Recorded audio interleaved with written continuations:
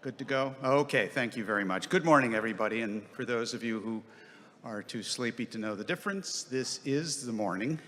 This is the fourth panel, the Sunday morning panel of the International Schiller Institute Conference, A Beautiful Vision for Humanity in Times of Great Turbulence. My name is Dennis Small. I am the Advisory Council Head for the LaRouche Legacy Foundation. We welcome you on behalf of the LLF, and we are going to begin this panel with a performance by Martin Kaptein on the piano of Schubert's B-flat Piano Sonata, the first movement.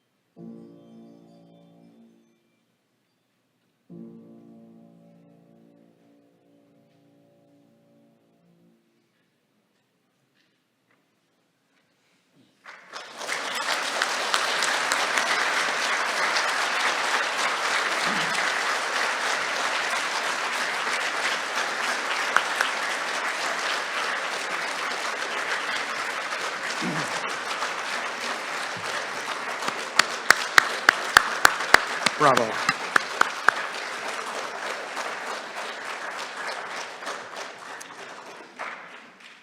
Thank you, Martin. For those of you who are just joining, either in this ballroom or online, with simultaneous interpretation into Spanish, French, and German, with audiences around the world, we welcome you. This is panel 4 of the International Conference of the Schiller Institute, A Beautiful Vision for Humanity in Times of Great Turbulence. This panel is called the LaRouche Legacy Foundation on the Actuality of LaRouche's Ideas. The LaRouche Legacy Foundation, or LLF, was founded in 2019, just a few months after the passing of Lyndon LaRouche, at the initiative of his wife, Helga Zepp-LaRouche. It had taken upon itself the task and the responsibility and the joy of making available to everyone around the world the legacy of LaRouche's thinking, which is not a dead archive, it's a provocation to each and every one of us. Included in the publications are the collected works of LaRouche. When we first announced the LLF, we thought that people should not just clear a shelf on their bookcase, but probably build an entirely new bookcase, because eventually that's what it's going to take. And we have so far published 2 magnificent volumes. The third is going to happen this week. Excuse me. Relax, Megan. It's not this week, I know. This year, we're working on this. And you can purchase copies outside in the lobby, obviously. But it's not only the collected works in this beautiful library edition, but in addition to that, we are in the process of archiving and digitalizing the entire work of Lyndon LaRouche. Everything that's audio,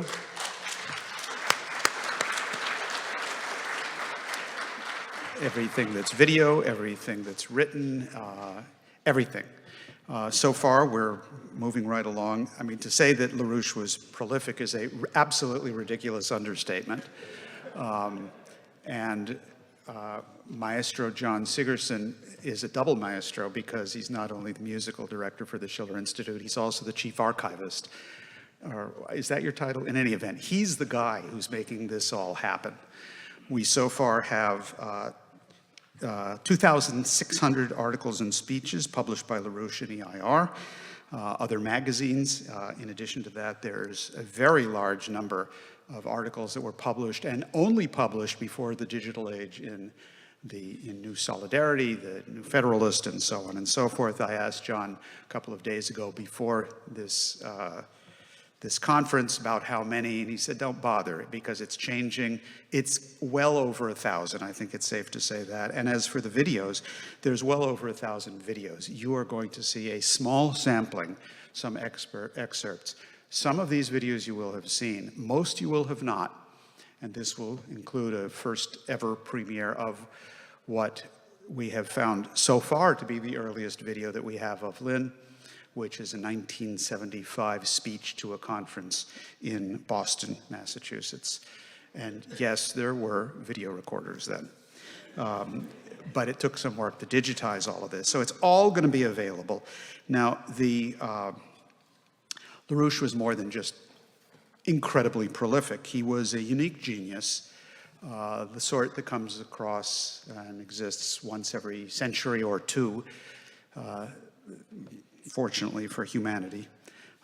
And what LaRouche did over the course of his life was many, many things. He forged a youth movement 2 times, and you'll hear largely about that, because the issue of a youth movement was not only central to LaRouche, it's central to this conference and what we have to do. In addition to that, he was an international statesman. At one of the last conferences of the Schiller Institute, we presented a significant number of video excerpts of LaRouche's travels around the world, his speeches in India, in Brazil, in Russia, and elsewhere.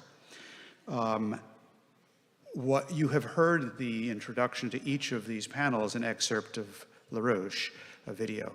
We're not doing on this one because you are about to have a full immersion for an hour-long video with a couple of breaks in between segments, but an hour of Lyndon LaRouche. So this is the time to really concentrate, fasten your seatbelt, and so on.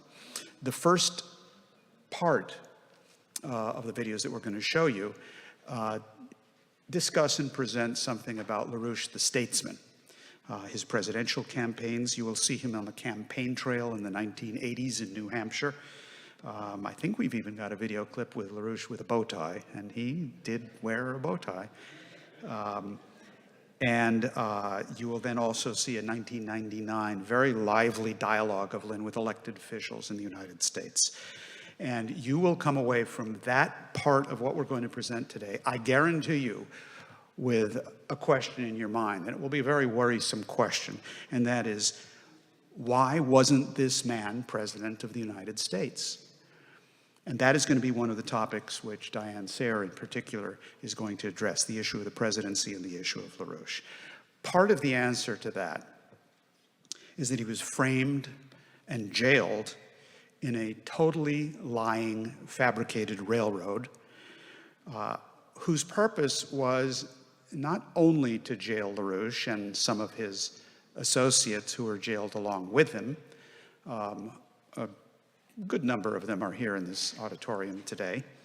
But the purpose of this was not to break LaRouche. That, of course, never happened. The purpose was to break you, to break the American public, to deny the American public and the international public the access to the only ideas actually capable of pulling the world back from the brink of a systemic breakdown of magnitude equal to or greater than the Black Death, than what happened to the Western civilization in the 14th century. And that is an injustice that must be corrected. Of course, we have to exonerate LaRouche. And that is a topic which Helga in particular will be discussing today. But the most important thing is that you have to be involved in that to not just exonerate LaRouche, we have to exonerate you. We have to make LaRouche's ideas available to each and every one of us so that we have access to and the liberty and freedom of mind to be able to immerse ourselves in these ideas, to be able to think, to solve our way out of this crisis. Thinking and acting, incidentally, are the same thing. They're not separate functions. That said, let me now introduce our first speaker, who is Diane Sare. She is a former LaRouche independent candidate for Senate from New York, not once but twice. And not once but twice, she and her supporters, many of you who are in this auditorium, got her on the ballot with the requisite number of signatures and then some.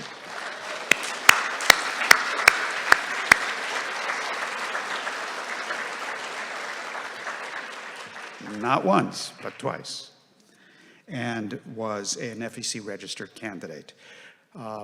She is today the president of the LaRouche organization. That's the LaRouche organization, TLO, okay?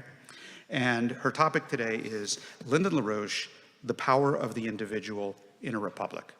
Diane?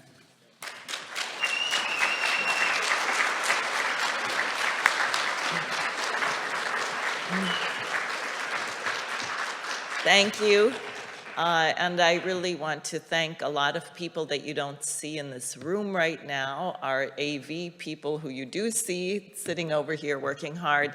I want to thank the translators and also alert them because I may not stick exactly precise. Mostly I will stick to what I gave you, but if I deviate, I want you to translate it correctly.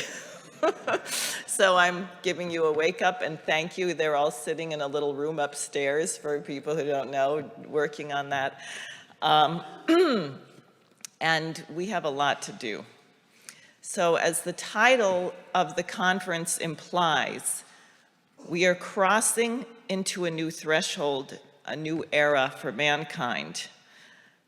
And I say crossing because, like the Lydian interval of our asteroid belt, we're not here or there. We're in between. We're in a moment of almost unbearable tension, and we have to summon the strength within ourselves to lean into the tension like a musical instability, which they misname dissonance. And if we don't lean into it with a certain kind of courage and strength, we will find ourselves out of tune with the universe. You will hear soon excerpts, as Dennis already said, of many hours of the remarkable speeches of LaRouche. I would ask you to consider where he got this spark. Who gave him the torch? Or, to put it crudely, who gave this guy permission to run for president of the United States? And I guess you would say, well, actually, he obviously didn't have permission to run for president, at least not from the poor slobs who run American politics, which is why such a vicious slander campaign was run against him. And he and many of his associates, some of whom are here with us, including Dennis Small, who's here with me, spent many long years in prison. Mike Billington, who's seated there, who spent 11 years in prison. Paul Gallagher, who's not with us. Several people. When you hear LaRouche speak, you will notice his presidential bearing, a quality which is absent from most political leaders today. And I wanted to share with you his thoughts from his campaign in the year 2000. Remember that year, that dreaded 2000 election, which came down to Gore versus Bush? Talk about, it wasn't even a lesser of two evils, it was two evils. It was terrible. And then LaRouche warned, he said, you're not gonna know who won this election. And I remember, I didn't believe him. So I didn't tell people, because I thought, how can you have an election and not know who won? And sure enough, we didn't know who won for weeks and weeks.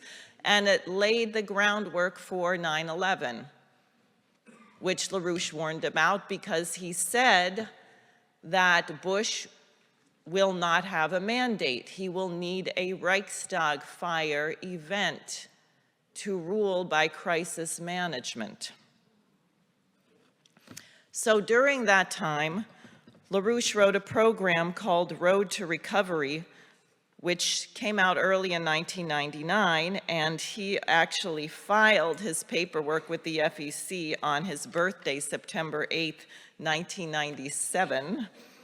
And in his January 12th, 1999 letter of transmittal, LaRouche wrote, as a matter of emphasis, the attached report is intended to focus attention chiefly upon proposed policy for the crisis-racked early months of 1999. This report is being released for general national and international circulation, both as a transaction of the Democratic Party's year 2000 election campaigns, and also as a public report of all the issues which will impact all among not only our nation's political parties, but also our nation's concerned friends abroad during the coming months. So here's LaRouche, who's known in the mainstream media as political extremist or fringe perennial candidate, and many other slanders designed to make you think he was not important, writing a document for American leaders and world leaders to tell them what is the strategic situation and what should be done to address it. And he did this after spending 5 years in federal prison. So today, here we are 25 years later, and we can review his report and see, unlike most politicians, LaRouche would want you to remember what he said. Let's see whether it was accurate. So we will go to this little graphic in the book. You can maybe see it not so well. He said there's 3 blocks. And later in the report, he describes them a little bit more. The first block is the British, American, Canadian block, typified by Queen Elizabeth II, now King Charles, and George H.W. Bush. LaRouche called them, quote, the bankers' club, a pack of lunatics commanding much more power than is good for them. This is the type that would rather send the entire planet to hell than give up Al Gore backer D.E. Shaw's claims to Russian money, or whatever AI means by his satanically perverse misuse of such words as freedom, democracy, and human rights. That was one group. Two, the Euroland poor man's club of curiously mixed emotions centered around France and Germany, nations whose leading economic policies have been mostly bad to horrible, but their national consequences remind them of their economic and other interests in mutually beneficial economic ties to Russia and Russia's partners in Asia. And then the third block, the China, Russia, India triangle, which is coming to include a number of other nations. This block is not of homogeneous composition, but the members recognize that they are mutually dependent on the conditions for survival, which they must build and maintain in concert. So how is that for an accurate assessment of the world 26 years ago?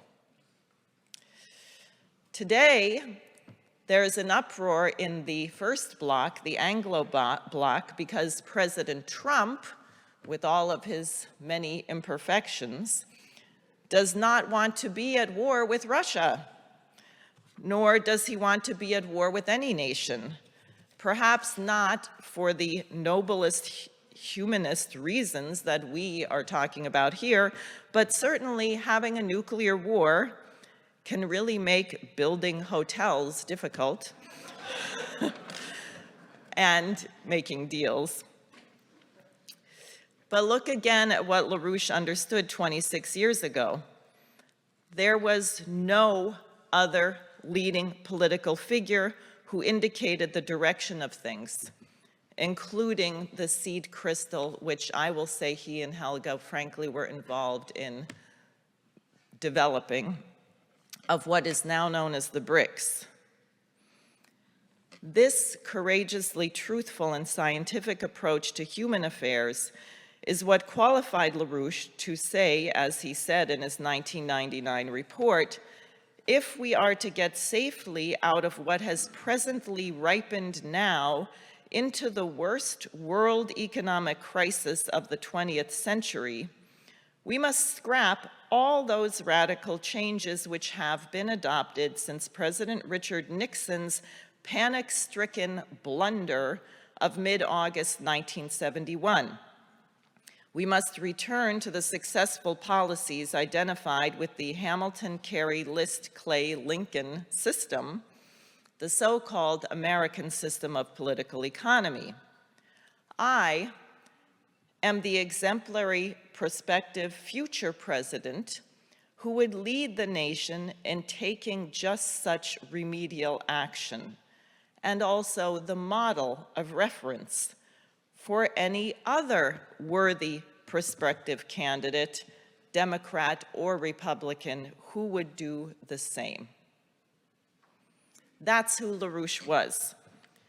He was a leader whose words had power because they resonated with the motion of the universe as a whole, and because he had the courage to put his neck on the line and utter them. He had done so 10 years earlier, when on the eve of his unjust incarceration, he traveled with Helga to Berlin and, against what everyone thought was practical, called for the reunification of Germany. Reverend Dr. Martin Luther King Jr. was another such leader who spoke with presidential authority on numerous occasions, but particularly his April 4th, 1967 speech at Riverside Church in New York, beyond Vietnam, A Time to Break Silence, King said, "Now it should be incandescently clear that no one who has any concern for the integrity and life of America today can ignore the present war. If America's soul becomes totally poisoned, part of the autopsy must read Vietnam." Was King right? And General Douglas MacArthur, in his radio address from the USS Missouri after the Japanese surrender, he said, "We have had our last chance." Benjamin Franklin, to the wife of the mayor, "A republic if you can keep it." LaRouche also wrote in his Road to Recovery that 80% of the American citizens were not represented by the Anglo-Dutch Wall Street cabal. We experience this extremely acutely today with the genocide being perpetrated by Israel against the Palestinian people, which is funded by the people claiming to represent us in Washington, D.C. And we don't want this. The majority of the American people do not want this. So how is it that we claim to be a republic with representative government, and our Congress is funding this genocide? We have the impression that our voices are ignored. So that's the question before us and the world. While freedom of speech isn't a universal right under God because it is in our Constitution, it was added as an amendment to our Constitution in 1791 because wise men foresaw that it needed to be protected. It exists whether it is written or not, and it gives human beings the power to change the future.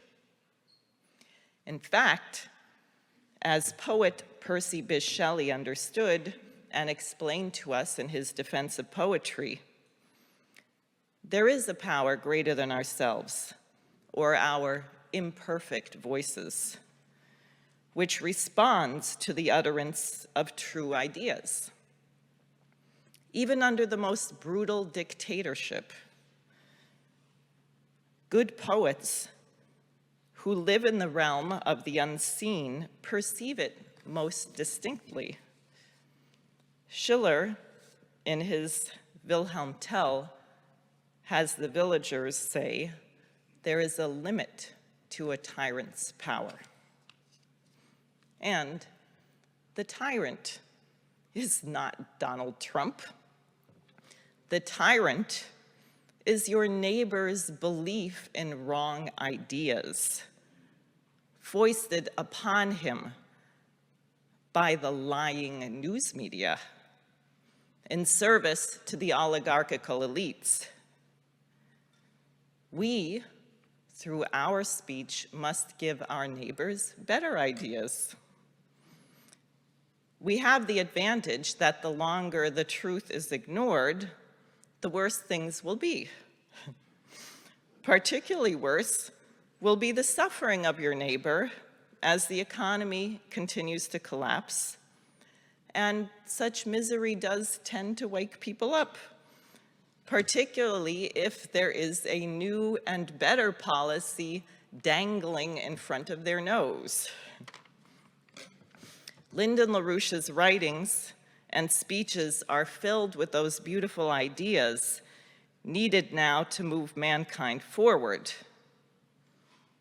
In fact, if we succeed now in bringing this nation of ours out of the lunatic bankers category, which we must, into the domain which our founders intended, LaRouche will prove to have been one of the most important political figures of the last millennium. In that sense, Lyndon LaRouche is now more a president of the United States than many smaller men whose shadows have darkened the White House door. In the case of President Trump, it's clear, on the one hand, he does reject the need for war with Russia, or anyone. This is a welcome break from the recent policies of the Biden, Bush, or Obama administrations, which may allow us to live long enough to make the changes that are required. Trump's willingness to talk to Putin to end the Russia-Ukraine proxy war is enough of a threat to the British bankers' cabal that he has been threatened repeatedly with assassination, and I believe he is in grave danger now. But merely being opposed to war without understanding the causes of it, or being against the war but being willing to overlook genocide, will prove to be insufficient. As Abraham Lincoln said about the American government, and I will say about this planet, we cannot endure permanently half slave and half free. The American people need to inform our government that peace through strength is an oligarchical construct that flies in the face of natural law. It will not make America great. There is no such thing as peace through terrorism, peace through torture, or peace through genocide. Had I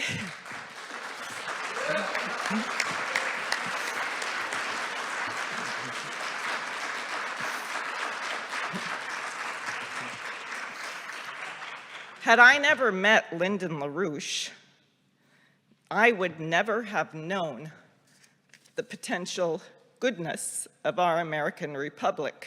Can I have my water? Thanks.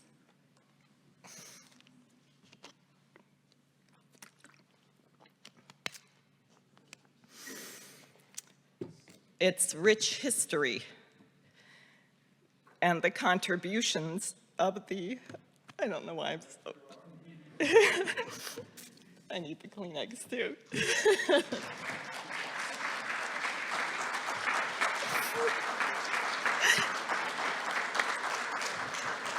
Thanks. I wouldn't have appreciated our nation. I wouldn't have appreciated the poets and the scientists and everything that went into the founding of this republic. So I would say, in the memory of LaRouche and in dedication for everybody who died, it's Memorial Day tomorrow. And I don't just mean who died for our republic. I mean every Palestinian child, every child in Haiti, in Sudan, in the world, who has died because we have not acted more forcefully and sooner to change the direction of our republic.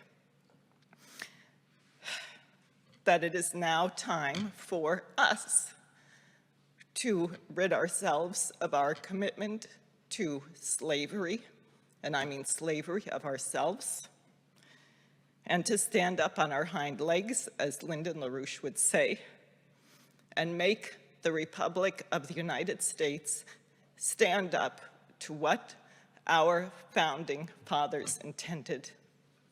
Thank you.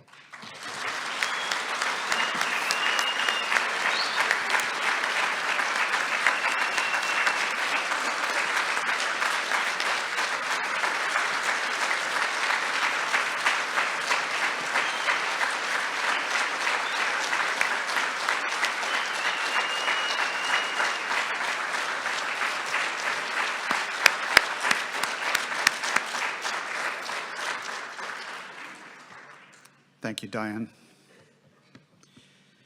As promised, we will now hear from Lyndon LaRouche himself. The first segment of 4 is on Lyndon LaRouche, the statesman, the man who should have become the President of the United States. We will have time after hearing from Lynn and then after hearing from Helga for a question and answer period.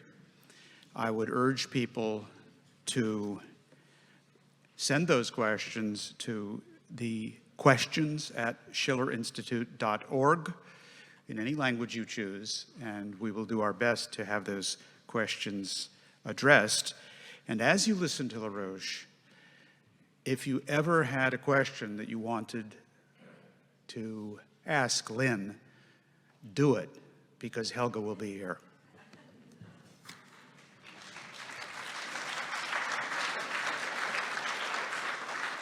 This nation was founded as a republic. Not a republic in the sense of Republican Party with a big R, but as a republic in fact. It was founded because the predecessors and influences on our founding fathers believed that the world must live to a moral purpose, believed that a nation in the world must live to a moral purpose, and believed that the individual within the nation must be developed and must live like the nation, within the nation, to achieve a moral purpose in their own existence. You and I, when we're stripped of all our titles, we're stripped of all the things that distinguish one from the other in terms of the amount of money or prestige or comfort or whatnot, we're all simply people. We're simply a collection of individuals bound together properly by a common moral purpose, attempting to help one another to that moral purpose, each living so that the outcome of that period between birth and our death, whenever that should come, that should mean something. That in the course of our life, we should have laid a meaningful foundation for which our children, other people's children, and the next generations beyond that, our so-called posterity, can build better than we have built. Our nation has now come to a point of crisis. We are either going to begin moving up, or we are going to continue moving down. We might be in a depression. We might even be in thermonuclear war very soon. I think the people of this nation, in large part, are ready to respond to that challenge, ready to bring forth within themselves that deeper moral commitment which guided our founding fathers in making this a republic. What the people of this nation require is the knowledge that a significant institution exists through which they, as citizens, may make their lives politically efficient to turn this nation around from a course of disaster back toward the purposes of a republic.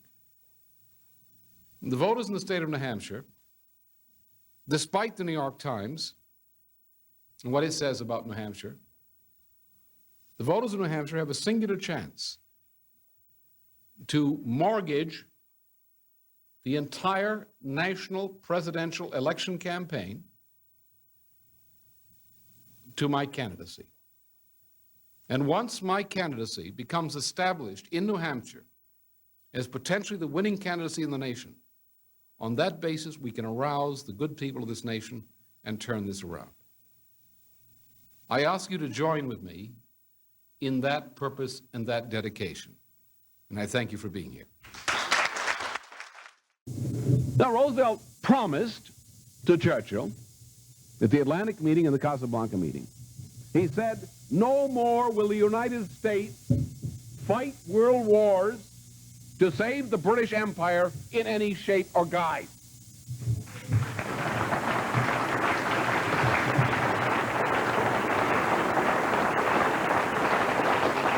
No more will the United States tolerate the British system, whether colonial or neo-colonial. No more will the United States tolerate the economics of Adam Smith in any part of the world.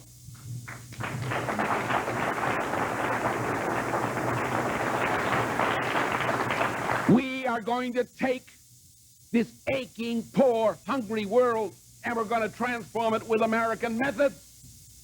We're going to transform it by export and development of high technology. We're going to have Manhattan projects and NASA projects and every dirigist federally directed scientific Christ program that we deem necessary. You know, some people talk about how many nuclear plants can you build. Understand American methods. If I want to build 10,000 nuclear plants by the year 2000, we'll do it. It can be done. If we putter along the way we'd like to do it, it won't happen. You want to have 50 or 100 nuclear starts a year, we can do it. Just take the table of requirements. We need how many steel plants, how many of this, build them all, right now. If we have to melt down the neon signs on the whorehouses to do it. But the reality is that most children have the potentiality to be a genius. We know in the next order of learning that after the child's mind has been given a foundation by learning the music of Bach and Beethoven, or at least that method, which is indispensable if you're going to produce geniuses. The next thing is geometry. And once they've learned geometry, we're going to teach them physics. What, at the age of 8, 9, and 10? I do not want a single child of this nation to reach the age of 16 in the future without being a qualified genius in physics. We need that, and it can be done. Ladies and gentlemen, I am honored to introduce to you the Honorable Statesman Lyndon H. LaRouche, Jr., a man who is a prognosticator and put it in writing and has never been found wrong. Thank you.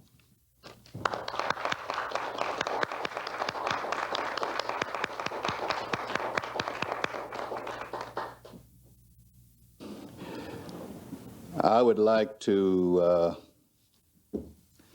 begin by asking the first question. And the first question is simply this. Mr. LaRouche, how would you answer the question, who is Lyndon LaRouche?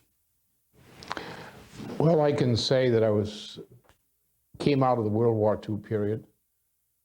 I was stationed in India and Burma during the concluding period in the war and shortly thereafter. In that period of time, I thought very much about, as the war was coming to an end, I thought about what lay beyond the end of the war. My concern at that time, from that experience and other experiences in life, was to say, what kind of a world do we require to avoid some great conflict to erupt like World War II or something worse later down the line? It was my persuasion that then, though I didn't know what Franklin Roosevelt's exact policies were, it was my persuasion that the following 3 points were crucial to the future of humanity. First, that the British Empire, along with the Portuguese, the Dutch, and the French, must be disbanded at the end of the war to bring to an end those colonial systems, empires, and their legacies, and to free the entire of the human population from that legacy, and to establish a community of perfectly sovereign nation states in place of dominant and subjugated nations. Thirdly, that the United States, as Roosevelt had proposed, as in Morocco, where he challenged Prime Minister Churchill on this thing, and laid out with maps showing how the map of Africa would be revolutionized by great infrastructural projects. I didn't know of that at the time, at the end of the war, but that was his policy. And I shared the intent. I was in India in particular, and I looked at the situation in India. I desired India's freedom. I was an American, but I was an impassioned patriot for the freedom of India from British rule. I saw and met the poorest Indians, coolies earning 4 to 8 annas a day as virtually slave labor for the British during that period. And I saw these very poor, illiterate people asking me as an American soldier that when I returned to the United States, would I, among other Americans, campaign to get machinery for the textile and other industries of India so India could rebuild itself. I shared that. I was happy to hear that kind of plea of me and others from these Indians. It seemed that that's what we had to do as Americans. We had to create, with our great power and influence, we had to mobilize nations to rebuild this planet, to build a system of true economic justice and freedom for all peoples. The next question comes from Assemblyman Felix Ortiz of New York. Thank you, Mr. Chairman. Mr. LaRouche, I have just a follow-up on the previous panel, and it's regarding to the issue of NAFTA and sweatshop in America. Since NAFTA was established, we have lost a lot of these biggest factories and contractor and subcontractor that used to do this garment in USA. And I would like to be very curious about what is your reaction and what will be your policy to be putting in place if you ever get elected as a president of the United States of America, and what will be the result of NAFTA, and how would you work with this particular implementation that was done previously under this administration? I would cancel NAFTA entirely and everything that goes with that kind of philosophy. For years I've had a special relationship to the Republic of Mexico and was very close to the president, Lopez Portillo of Mexico at the time he was president. Matter of fact, we got into trouble together trying to do the right thing. So I saw from inside Mexico the horrible things that U.S. policy was doing to the people of Mexico. I saw how the development of slave labor in Mexico under U.S. pressure, particularly after 1982, was used not only as the Caribbean, non-Puerto Rican, for example, Caribbean populations were often used in, for example, New York, as virtual slave labor in that area, or the similar kind of thing, Mexican immigrants in Southern California, Texas, and so forth. That what we had is a process of using the enslavement of people in the maquiladoras in northern Mexico, which are virtually concentration camps by economic standards. We're spilling that disease by cheap labor, virtual slave labor in Mexico, spilling it over into the United States. It spills up to places like New York City or Los Angeles in particular, as typical of this kind of problem. And then it turns around that the cheap labor is now in the United States, is now forced, in order to try to hold their job, to compete with still cheaper labor from various parts of Asia and so forth. Well, this is crazy. We actually have to have a protectionist policy to guarantee fair wages and fair forms of employment, of modern employment, not slave labor, not physical stoop labor employment, but dignified forms of employment and protected wages. We've got to have that kind of policy, which was formerly the typical American policy. NAFTA, which was posed by the British Commonwealth via Canada, was then, with a bunch of people who were too close to Wall Street, dumped the policy on the United States. The United States worsened the conditions greatly in Mexico in the name of providing more jobs. Or what kind of jobs? Slave labor jobs with increased mortality rates, destruction of agriculture, industry. Look what's happening in Mexico now. The place is about to blow up as a result of NAFTA. And in the meantime, we're using the disease that we're imposing on Mexico and other countries. We're importing the disease into the United States. We're killing off our population, criminalizing, brutalizing them. It's not right. And these NAFTA must be repealed. We must go back to a traditional American protectionist policy. And we need a strong labor movement also to help government through the private sector to enforce fair standards of employment, conditions of employment, in the United States itself, and to enforce the kind of protection which our job wage earners and households require. If just a quick follow-up, Mr. Chairman, if you don't mind, just on the same issue.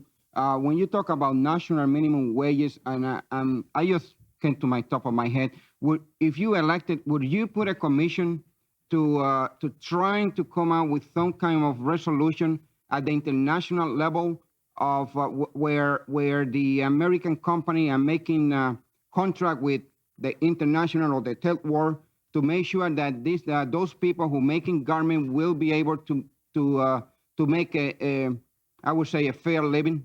But I do two things. I don't think the minimum wage by itself will not work. You have to create the conditions under which the minimum wage will work. That is a fair minimum wage, not some wild compromise.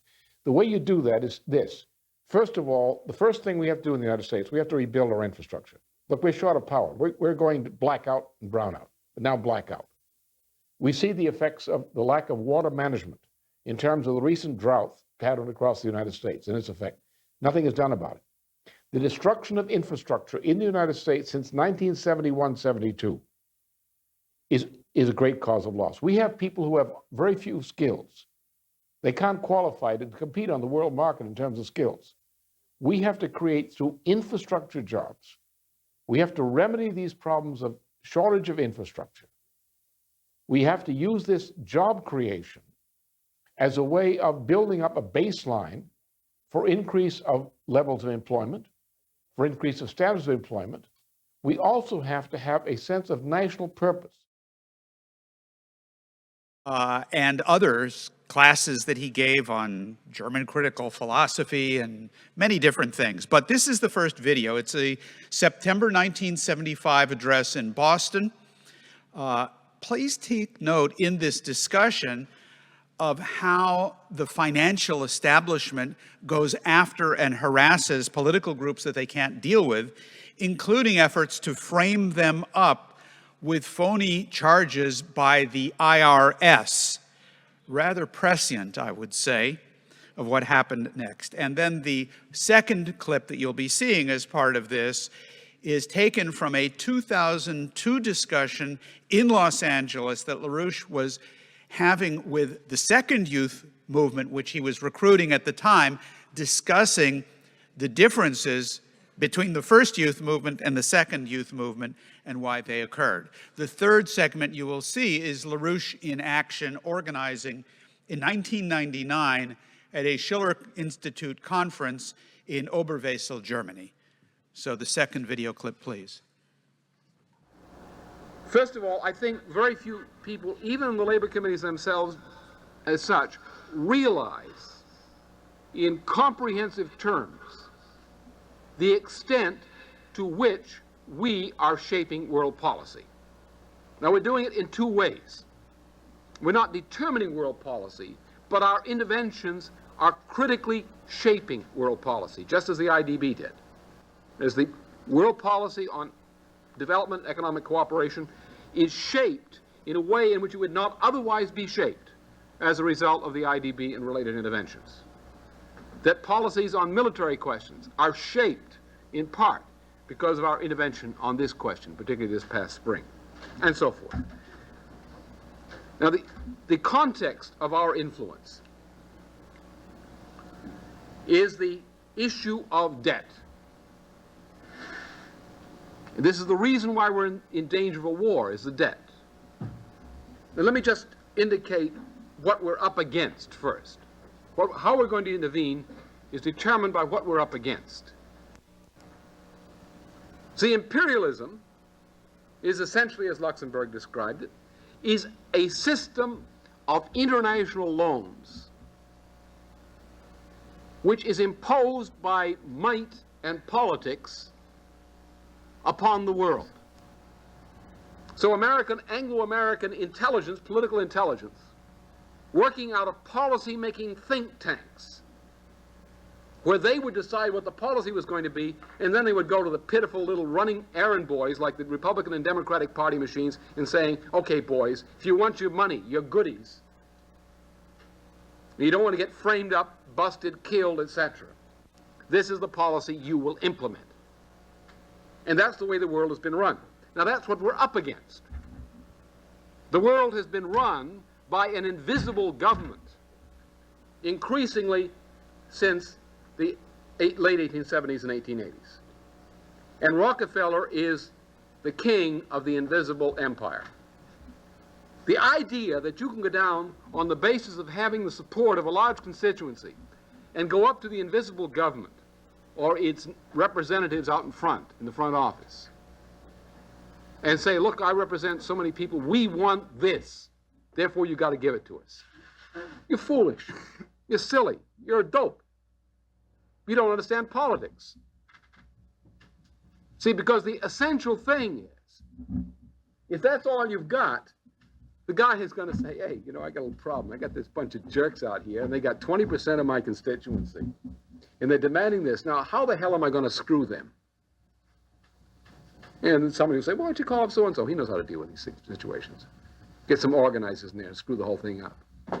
Arrest a couple of people or frame them up. Let's call up the IRS and see what we can do with them. I got a friend up there in the drug enforcement aspect of the police. We'll put a drug rap on a couple of these guys. That'll sort of scare everybody. It's very easy, right? Because we are prepared to govern. We proceed from understanding what has to be done with the world. We're prepared to do that, and we also know what the status is of the lineup on the current fights around these relevant issues.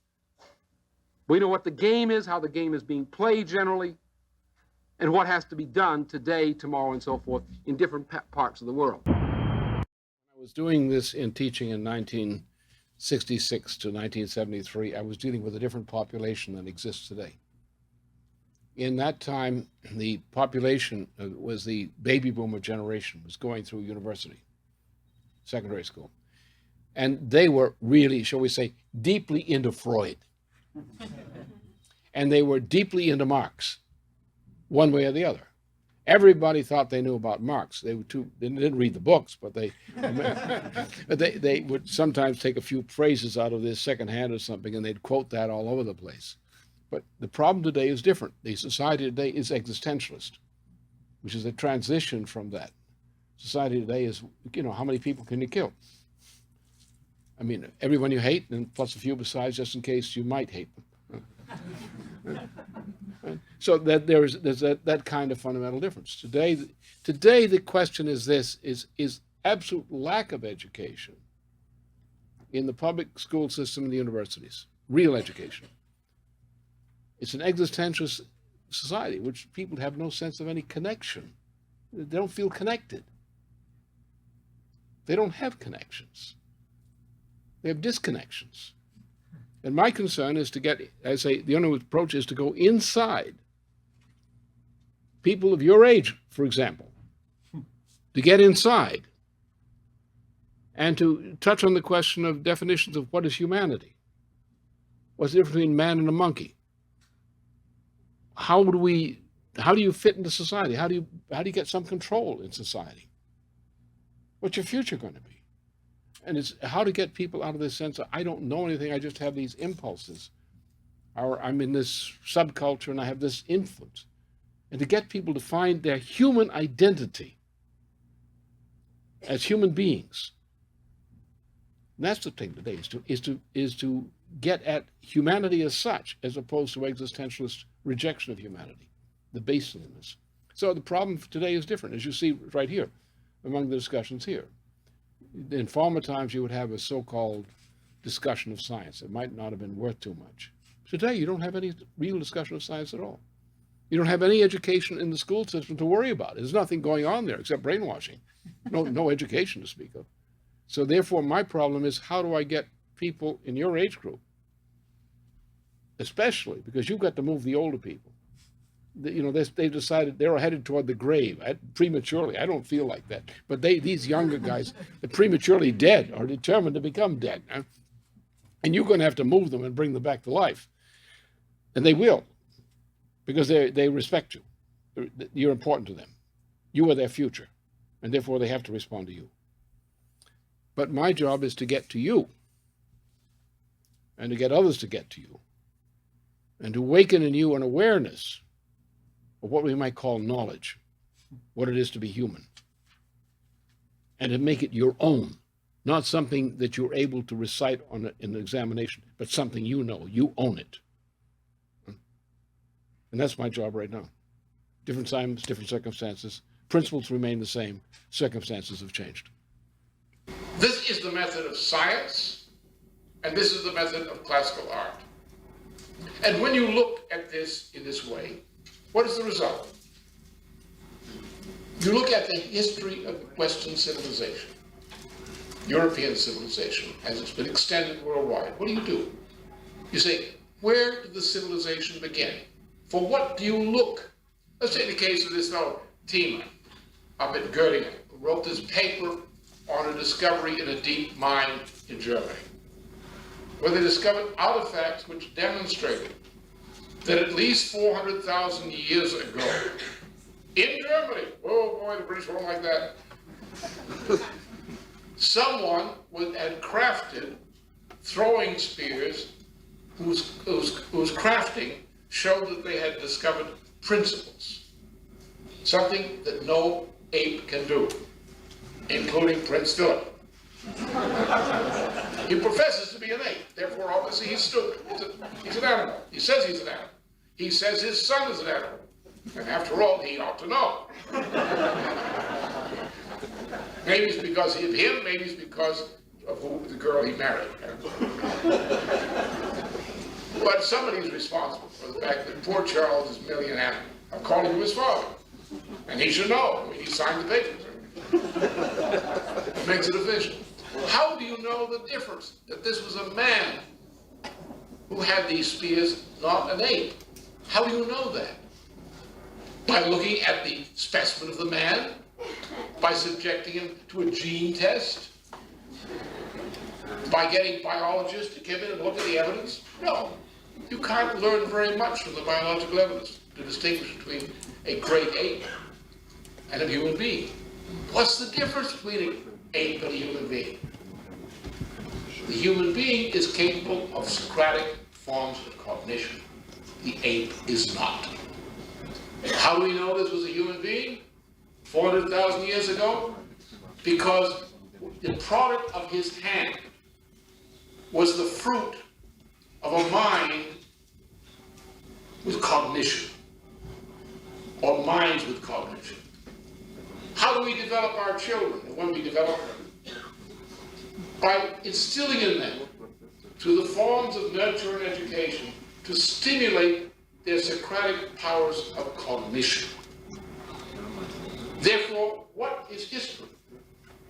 Well, monkeys have no history. Apes have no history. Perhaps British monarchy has no history. Or maybe no future history. Man has a history because we owe to our predecessors the ability to reenact those discoveries of universal principle and the validation of those discoveries of principle upon which we depend. Is the foundation for what we can do, is what we gain by reenacting the discoveries passed down to us as fruits of cognition by previous generations. So the history of the human species, the history of people, is not the history of their biological descent. It is the history of cognition, the history of an ongoing Riemannian type of manifold, of aggregation, of universal principles, physical principles, and classical artistic principles, including the principles, classical artistic principles of politics, which have been passed down to us from one generation to another. The history of man, the history of a people, is the history of ideas.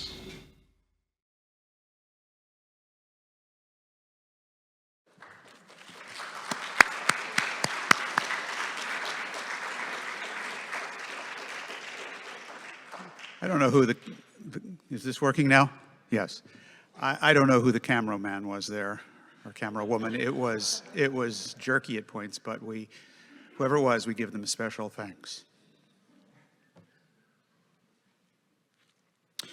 So now, for the third clip, you are going to see and hear Lyndon LaRouche in action recruiting his second youth movement in the early 2000s.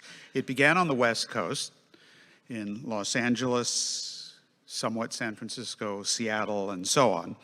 And it then spread east and really consolidated over the course of this entire period with the in-depth scientific work carried out by the so-called basement scientific team, which under Lynn's direct supervision created and wielded a superlative weapon against the combined stupidity and immorality of most of that generation, like all generations.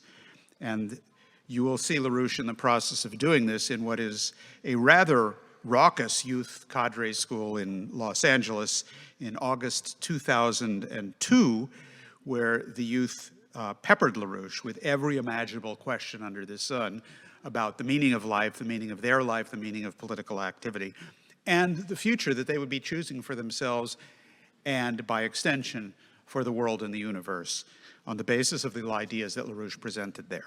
So let's join in with Lynn in this process.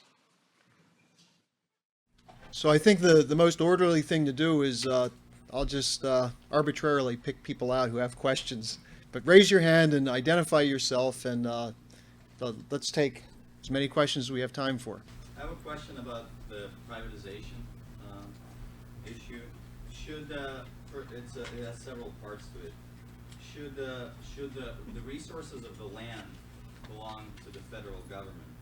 And if so, where do you draw the line between the ownership by private interests versus the government? And then, should there be a government initiative to develop private industrial sectors, like automotive sector, steel industry, etc.? And what are the general guidelines for the cooperation? Okay.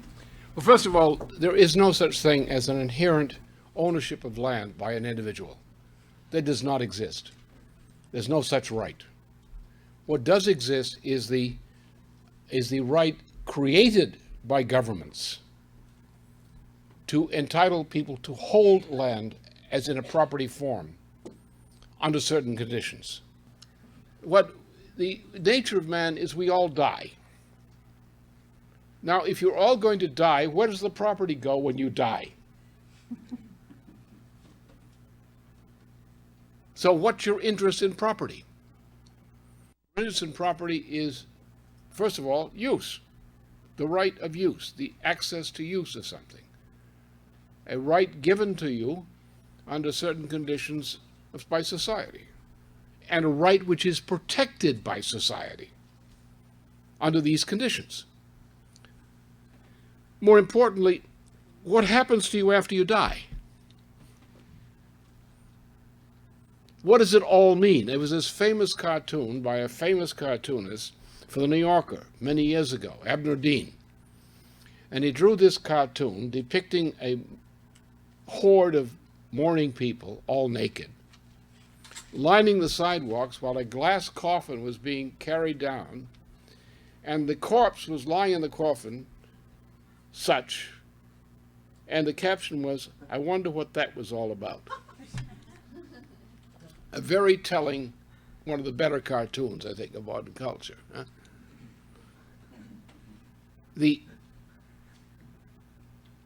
What's the meaning of life? What makes the difference between a man and an animal? Human beings can have ideas. Baboons do not. Baboons may have more nuts. Huh? All right, what are ideas?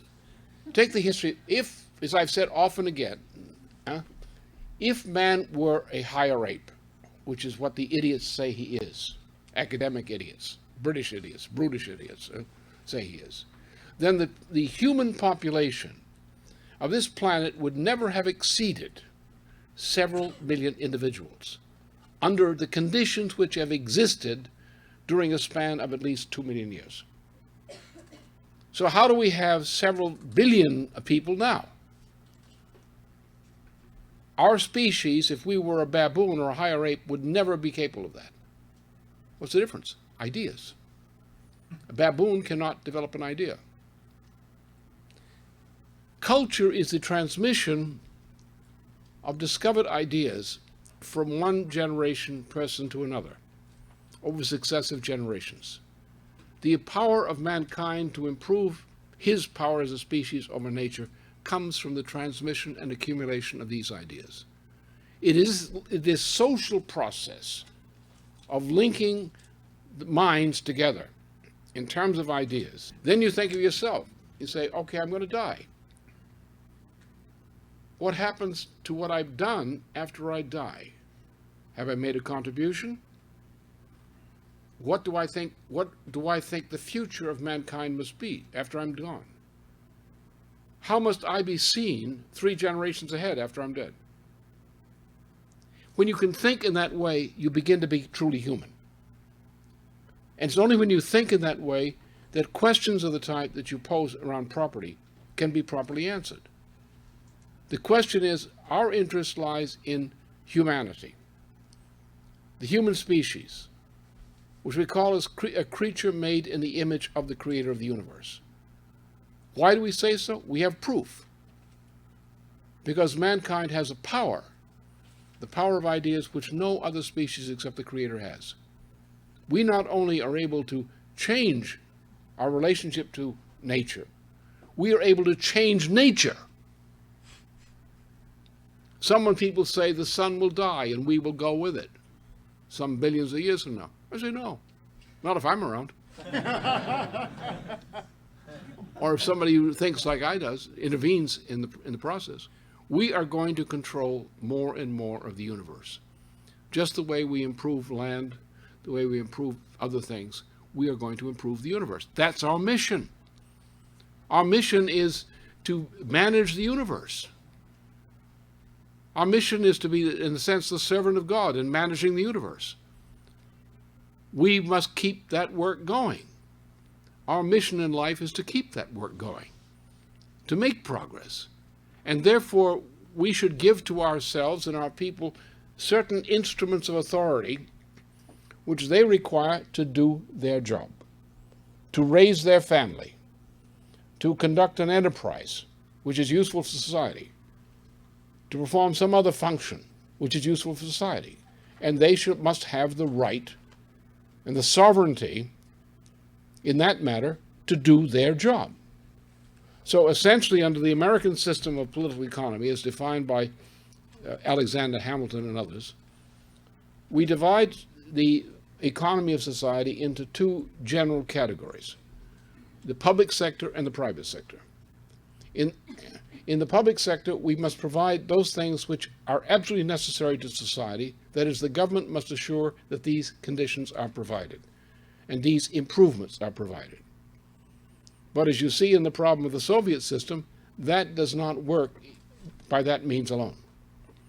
You must also unleash the potential of the individual intellect in ways we associate with private entrepreneurship.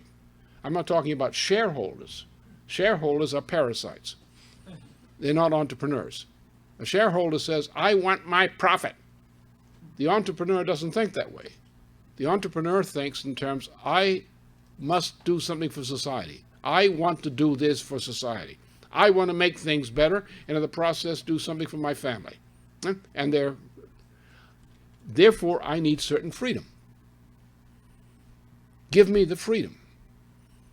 Give me the right of property, and I will try to do things that will improve society, because the true entrepreneur is always trying to make something better.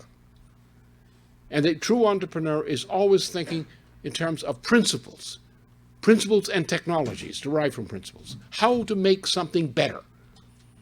And by making them free to innovate, rather than having some mass production of approved ideas, by giving them the freedom to innovate as they choose, society benefits by they do it on their own. They don't have to be given a government order to do it. They'll do it because they think it's the right thing to do. They'll put themselves at risk to do the job because they think it's the right thing for them to do. And that's how society progresses. That's what the role of the true entrepreneur in American society, in American economy has been. The large corporation has been chiefly a parasite. All the great work in the private sector in society has been done by the entrepreneur, who is generally, the number of employees in an entrepreneurship generally doesn't exceed much between 100 and 150 people. It's a privately held firm which detests the stock market. No entrepreneur wants to be a prisoner of the stock market. They don't want Wall Street to control them. They want independent financing responsibility, independent capital. They would like a loan with a local bank, but they don't want to be in hock to Wall Street because they know what that means. I've seen it. Also, you see another thing. In my experience in consulting and observations based on that, I've seen many cases in which an entrepreneurship was successful. The entrepreneur died or was pushed out of the firm by the family. Hey, you're getting too old. Move over and make room for us. The firm almost invariably went bankrupt. Because the factor of success in the entrepreneurship was the entrepreneur himself as a leader, as an originator of ideas. The heirs or the successors came in thinking like accountants. And an accountant doesn't know how to run a business. An accountant is like an undertaker. You call him in only after the business has failed.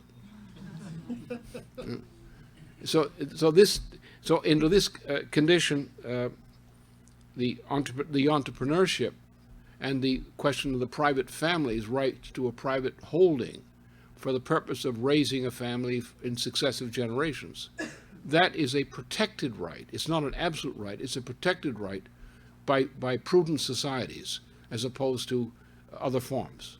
And it's one we should defend on that basis, but with having no illusion about some inherent natural property right. There is no natural property right. So what we did is we now loot the world various ways. By the IMF is the chief instrument. We arbitrarily go into a country and devalue its currency. Why? How is the currency devalued? It's by orders. By orders of international monetary authorities controlled by the British and the United States, chiefly. We devalue a currency. We arbitrarily increase the debt. Therefore, we loot the countries. We demand collection of debt. We take resource after resource, sell it to Anglo-American speculators and others, buy up the country, leave nothing for the people. So here we sit fat and happy, but not so happy, and too fat. We sit here, living on other people's labor. We're parasites. Our current account deficit. We're sucking the blood of the world. How do we keep our markets up? We attract, by various mechanisms, we attract vast floods of financial investment in U.S. markets. We drive the market up. We print money like crazy. We get the Japanese to print crazy money, not play money, crazy money, to buy dollars. What the Japanese do overnight, they issue a loan, a so-called zero interest rate loan. With this loan is now denoted in yen. The yen-denoted loan is used to buy dollars or European currencies. Most of those yen as dollars come into the United States as dollar deposits or investments in the United States. Japan total bank system is totally bankrupt as a result of this. Japan's industries are contracting. Japan is a nation which depends upon imported raw materials to survive. It cannot survive on its own internal resources. It is not earning income from areas in which those resources exist. When the Japanese yen drops, Japan is in a crisis. Japan goes into a crisis beyond belief. The United States has now experienced a drop in its ability to maintain the current account deficit. The Bush administration has done the worst possible things in response to the crisis with its tax cut and other measures. This was absolute insanity. With the flow of funds into the United States is dropping. Only the central banks and printing press money is coming in to keep the market from collapsing. It's not because of what other countries are doing, it's what we're doing. This is a collapsing, doomed economy. This is the Roman Empire at the end phase. And we're trying to establish a worldwide military empire at the time we've lost the empire at home. So what we did is we have other people in other parts of the world as so-called cheap labor, supplying cheap products given to us by these means, for which we're not paying, as the current account deficit accounts. We're maintaining the appearance of income in the United States through debt, like mortgage debt in speculation, because people are hawking their mortgages for second, third terms to the benefit of Fannie Mae and Freddie Mac in order to get purchasing power for family income expenditures. When those houses come down in value, these people will have no job, they'll have a mortgage that could never be paid, they'll be evicted, and you will have mass evictions and mass ghost towns in areas where you now have Hollywood-style, plastic-covered tar paper shacks going at $500,000 to $1 million up in so-called nominal value. That's what's happened to us. We have become like the Roman Empire. We brought about our own destruction over the past 35 years by allowing ourselves to change from the most productive economy in the world. And the issue here is, do we say that no human being can be property, and that no part of the world can be its resources can be the property of some other part of the world by some kind of slave-like property right? If we say that, then all the garbage is cleared away, because all the problems are double talk around that issue. Now, for example, Henry Kissinger's a racist. He's a racist like Hitler. We can prove it out of his own writings. We can prove it out of official U.S. documents. Would you see him on television being treated as respectable? The man's a mass killer and a racist. He proposes genocide against the people of Africa, South America, and so forth.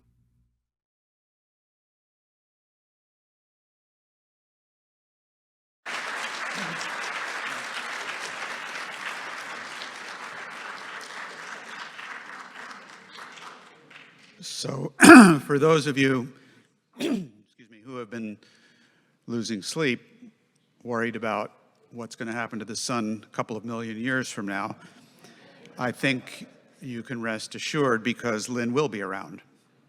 So I think we're okay.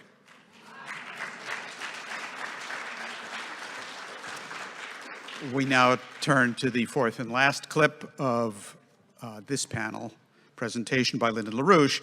This is a dialogue that Lynn had with youth just 2 weeks later. This was at a meeting in Washington, D.C., at a Schiller Institute conference a lot like this one. And it ends, as you will see, with a little surprise. This may be especially significant for the younger members of this audience who, perhaps over the course of this day and a half, have been wondering why they are here, and you're about to find out why. Well, what we're going to do for the next approximately hour and 45 minutes is have a discussion on the initiative Lynn took 2 weeks ago in Los Angeles, where he simultaneously launched the International Revolutionary Youth Movement along with the National Emergency Infrastructure Program. And so I'm sure people have read about this, have had some questions, and have had a lot of questions come up over the conference. So what we'd like to do is have maximum amount of time for questions and answers. Lynn, you want to open with anything? You become from a no future generation. And most of you here know it. There is no future staring at you out there. And so therefore you're going to have to fight to get a future. And to get the future, you're going to have to force a lot of old fogies of between 35 and 45 and someone higher, prematurely senile, get them out of their torpor, and get them moving. You got to shake them up. In a sense, that's what's going to make it work. That to actually move to victory. Nice sound, huh? Victory. To move to that, you actually cannot move to victory as a youth movement. You can move as a nation to victory. It's a little more difficult than it used to be, but the principle is still the same. You are their future. You are the future of your grandparents. You're the future of your parents. The future of the justification of their existence. And that's your weapon. And what you're going to do by being what you are, you're going to organize them, or that generation. Maybe not your parents, you get somebody else to do your parents. And then you do somebody else's parents. But the same is the same. The way that's going to work is you've got a dead population, morally dead. The baby boomer generation are walking corpses. They're not quite dead, so you can't bury them. But they're still walking around. And, you know, it's not like Dracula, they're going to fly at night, whatever. So you've got to get them back to life. You've got to get them moving. And you've got to sort of shame them into it. And I'd like to thank you for I guess, for the opportunity of knowing what it means to be human, and knowing that as a personal discovery. My question is regarding the human soul. In my organizing, I've met all types of people, and it's been a rewarding experience. My understanding of human nature has greatly grown and developed. Many people I've met in my organizing claim to be religious, and some even devoutly so. However, many of these same people are not political. They don't work to change people's minds, to organize others towards a mutual benefit, towards the betterment of all humankind. From my perspective, my understanding of what the soul is, if these people aren't working in the service of good, their soul is of a clearly inferior quality. Yet they cite scripture and claim that their piety will somehow be rewarded. What do I say to these people to snap them out of their insane fantasy? And can I tell these people that they're going to hell? No.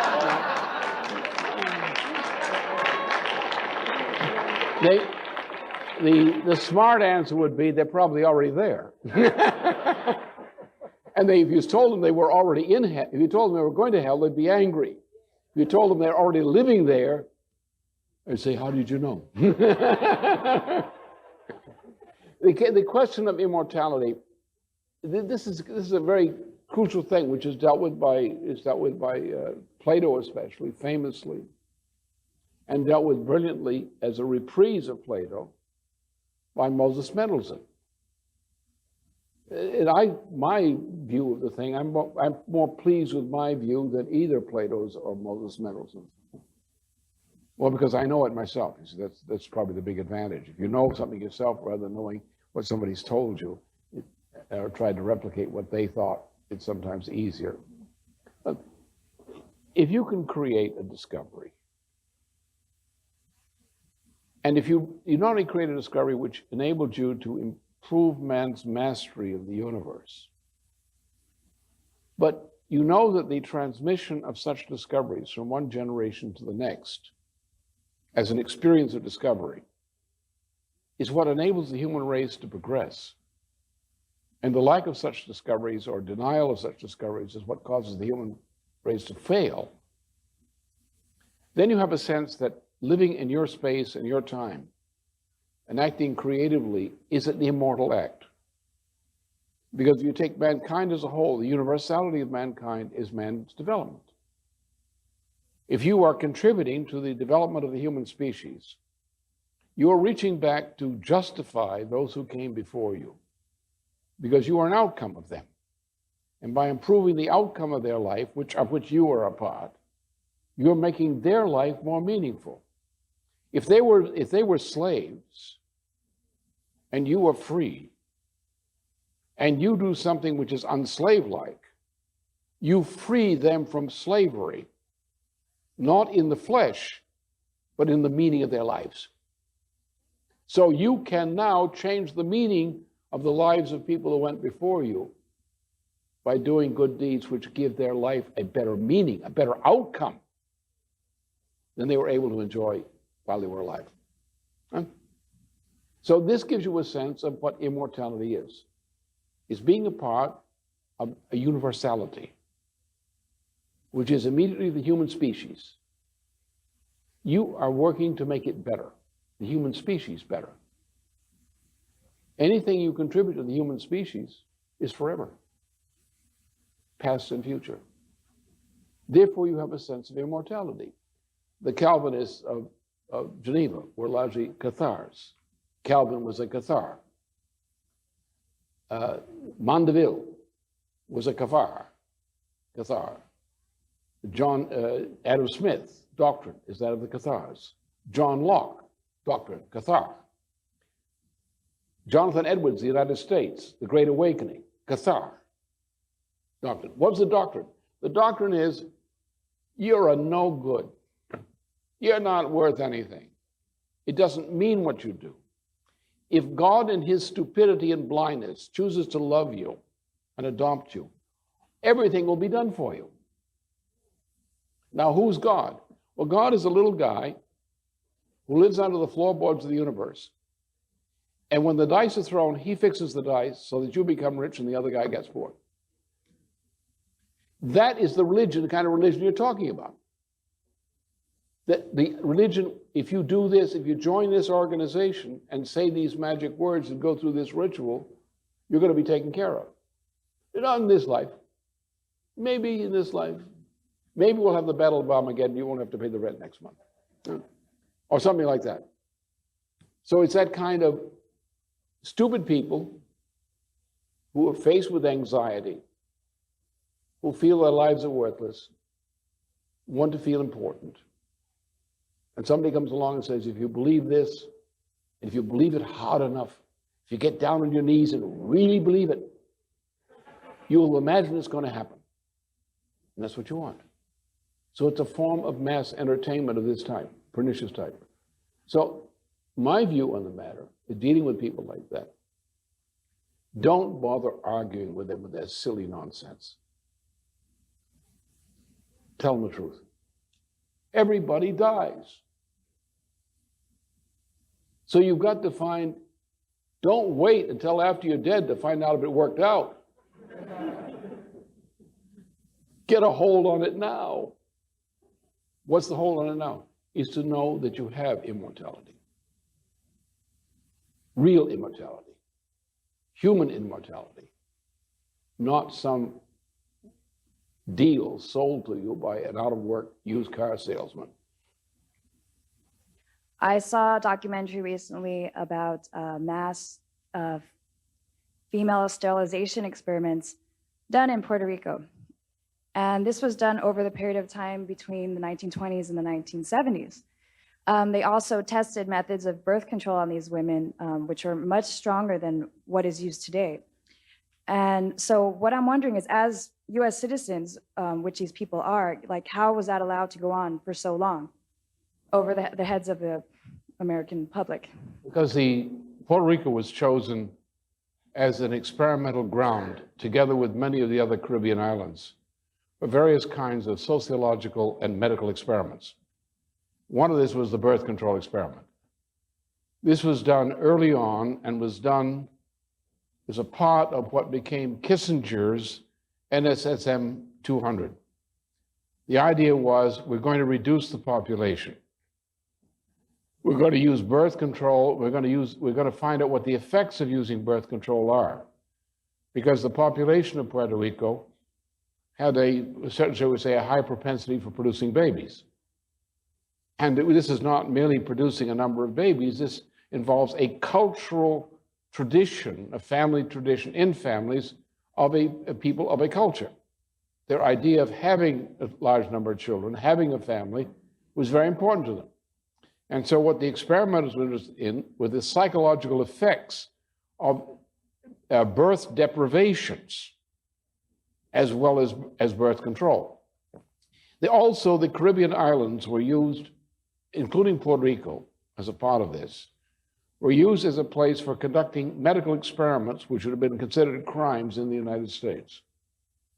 This involved drug experiments, it involved psychological torture experiments and so forth of various kinds. So that what happened is that many of the things that have happened to the United States were done as experiments in Puerto Rico or adjoining islands, where they could get by with murder or worse. And this was a basis for defining much of the social policy and psychological policy and psychological control policy in the United States. Now, similar things were done in Africa.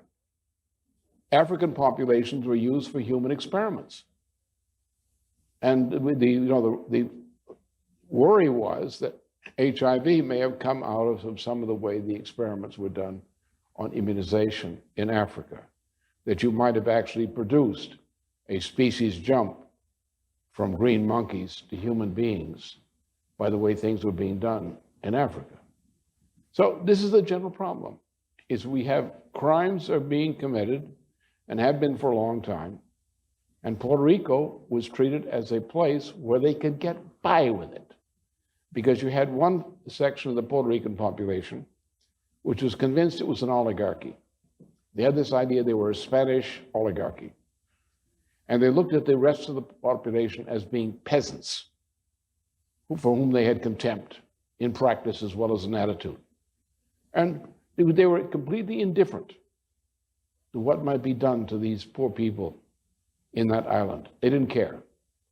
So you had a small group from the state side controlling this operation, running these experiments.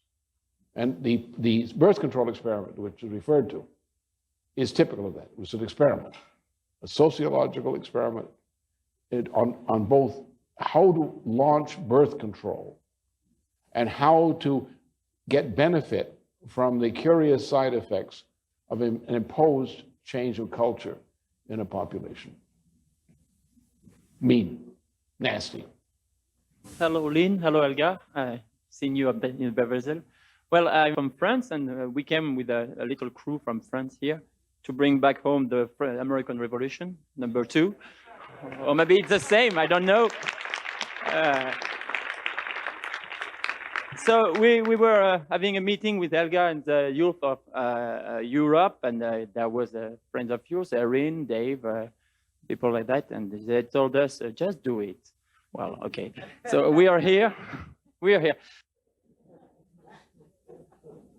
This is a political organization. Everybody organizes. And the people who have this experience or this situation will organize as the best they can under a general centralized idea of what the policy is. And the policy can change very rapidly from day to day based on the reality. It's like fighting a war. You don't say, we're stuck with this master war plan. You can't deviate from it. You say, okay, the enemy has exposed a flank. Ha, ha, ha, we're going to hit it. Now, what we said yesterday, forget it. We're going to hit this thing today. He sticks his flank out, we're going to kick it. That's the order of the day. But we have to use our judgment in how we do it. This old, stodgy, mechanistic, by the rules, it doesn't work. It never worked. The only order in this thing is using the mind and being intelligent and not being stupid. It's not wrong not to know something. It's wrong to sit around and not do something about what you don't know, about correcting that obsession. So we be flexible, aggressive, sly, clever, honest, all those good things. And we just have to work at it and devise our tactics as we go along based on the readings we're getting. Because you're going to get opportunities I couldn't anticipate, you couldn't anticipate, you're going to have to respond to them. We're going to have to decide how to respond. We'll discuss it. Someone will say, well, when's the next conference? What do you mean? We're going to discuss it tomorrow. And that's the way we'll do it. So that's the key in this thing, is high degree of flexibility, aggressive, imaginative. We're in this war to win, and we kick flank.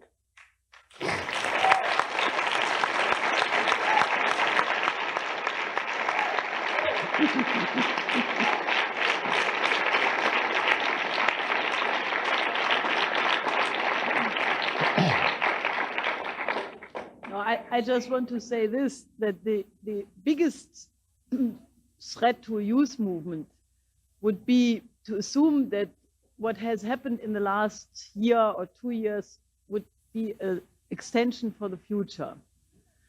Because we are truly in a revolutionary period. And I think people have sometimes a difficulty on the basis of past experiences, what didn't work then, 10 years ago, 20 years ago, that then people tend to say, oh, don't have illusions, this doesn't work, and this puts on a dampening thing, which is crazy, because my experience is the total opposite. Since I have a clear idea both of how the world should look like and also what the crisis is going to be. I don't argue with people from the standpoint of what is now, but from what I know will be the case, in 4 weeks from now, in half a year from now.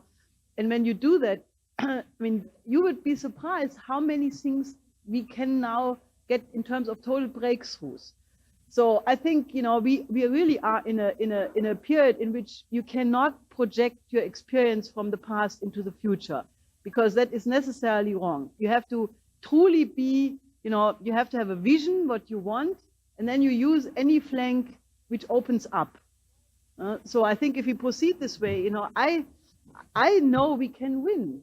And I think there is no alternative to winning, because the alternative is too horrible to accept. So, let's win.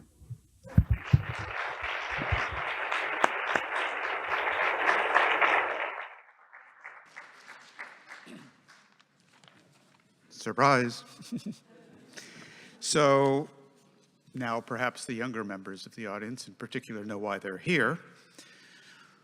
Welcome to the third LaRouche Youth Movement. And you will be seeing it. You will be seeing it and hearing it in action in the next panel, which is Shaping the Earth's Next 50 Years. So we invite not only people who will be physically around 50 years from now to take part in this, but those of us who may or may not make it for another 50 years. So this, of course, is the perfect segue to our next speaker, who is Helga Zepp-LaRouche. She is the founder of the Schiller Institute. She is also the person to whom Lyndon LaRouche passed the torch. And she will be speaking to us today on the subject of the exoneration of LaRouche. And I would also request, if it's possible, even in this discussion or in the question and answer period, to also finish off the thought that she started 20 years ago in that discussion with the youth movement there. Helga? Well, I think that now that we have been treated to a good hour worth of Lynn's speeches and answers in various conferences, I think you probably will not take it as too, preponderous when I say that I think that Lyndon LaRouche was and is the Socrates of our times.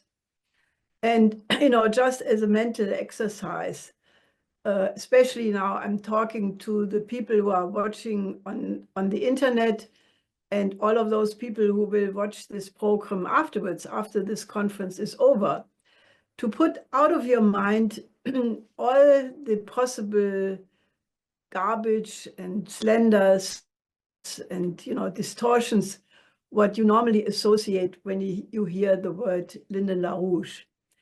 Because, I think that probably with modern AI, one could make a quick exercise, I think it is probably correct to say that there was no individual in the present time, 20th and maybe 21st century, maybe with some exceptions, but I think there was nobody who was as much slandered as Lyndon LaRouche. And, I think I want you to put all of this out of your mind, take a fresh look, and think about LaRouche as the Socrates, like the ancient Socrates, who had all the wisdom for ancient Greece to make it. But, as we know, the Greek were taken over by the sophists, and they allowed that Socrates was killed, or rather induced to kill himself, because they slandered him that he would seduce the youth. Now, what Socrates did at that time was to try to make people free, to be free as Lynn. And you could hear when he was speaking now that he is probably the freest human being I have ever met, in terms of not allowing any prejudice or restraint in his mind to not think things through.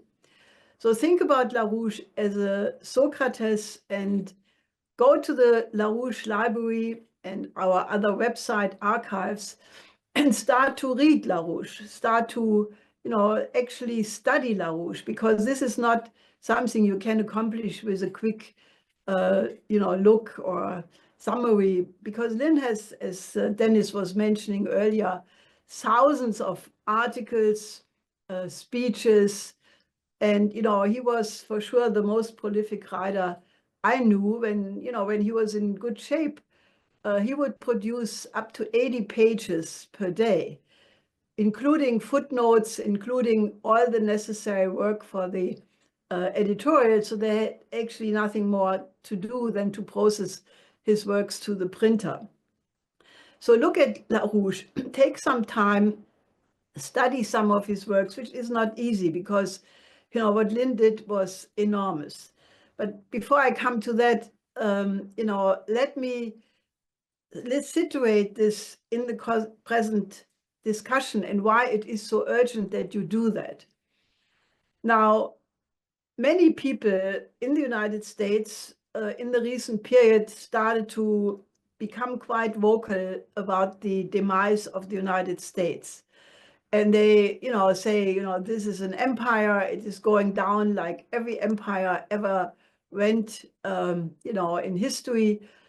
And they comment on the fact that the United States at the end of World War II was the most powerful nation in the world.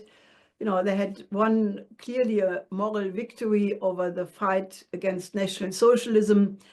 And they had all the reasons to, continue and be part of alliance and partnership of nations. But we basically know what went wrong. Now, Lyndon LaRouche has started very early in the 50s to tell people what went wrong, and he emphatically was saying it in the 60s, pointing to the sex, drug, beat counterculture, rock counterculture, as that which would, in the long term, undermine the cognitive powers of the society. Now, many people give now aspects of the reasons why the United States is demising.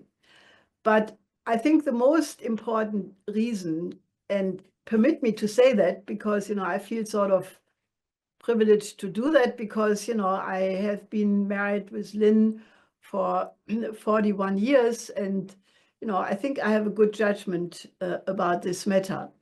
I have come to the conclusion, and you may challenge me in the discussion, but that the most important reason Americans should reflect about why America is collapsing right now is that you, contemporary Americans and the people before you, allowed the Socrates of our time to be slandered, to be vilified, to be put in prison innocently, so his name stained in such a way that people do not go to his works and say that is what we have to do today.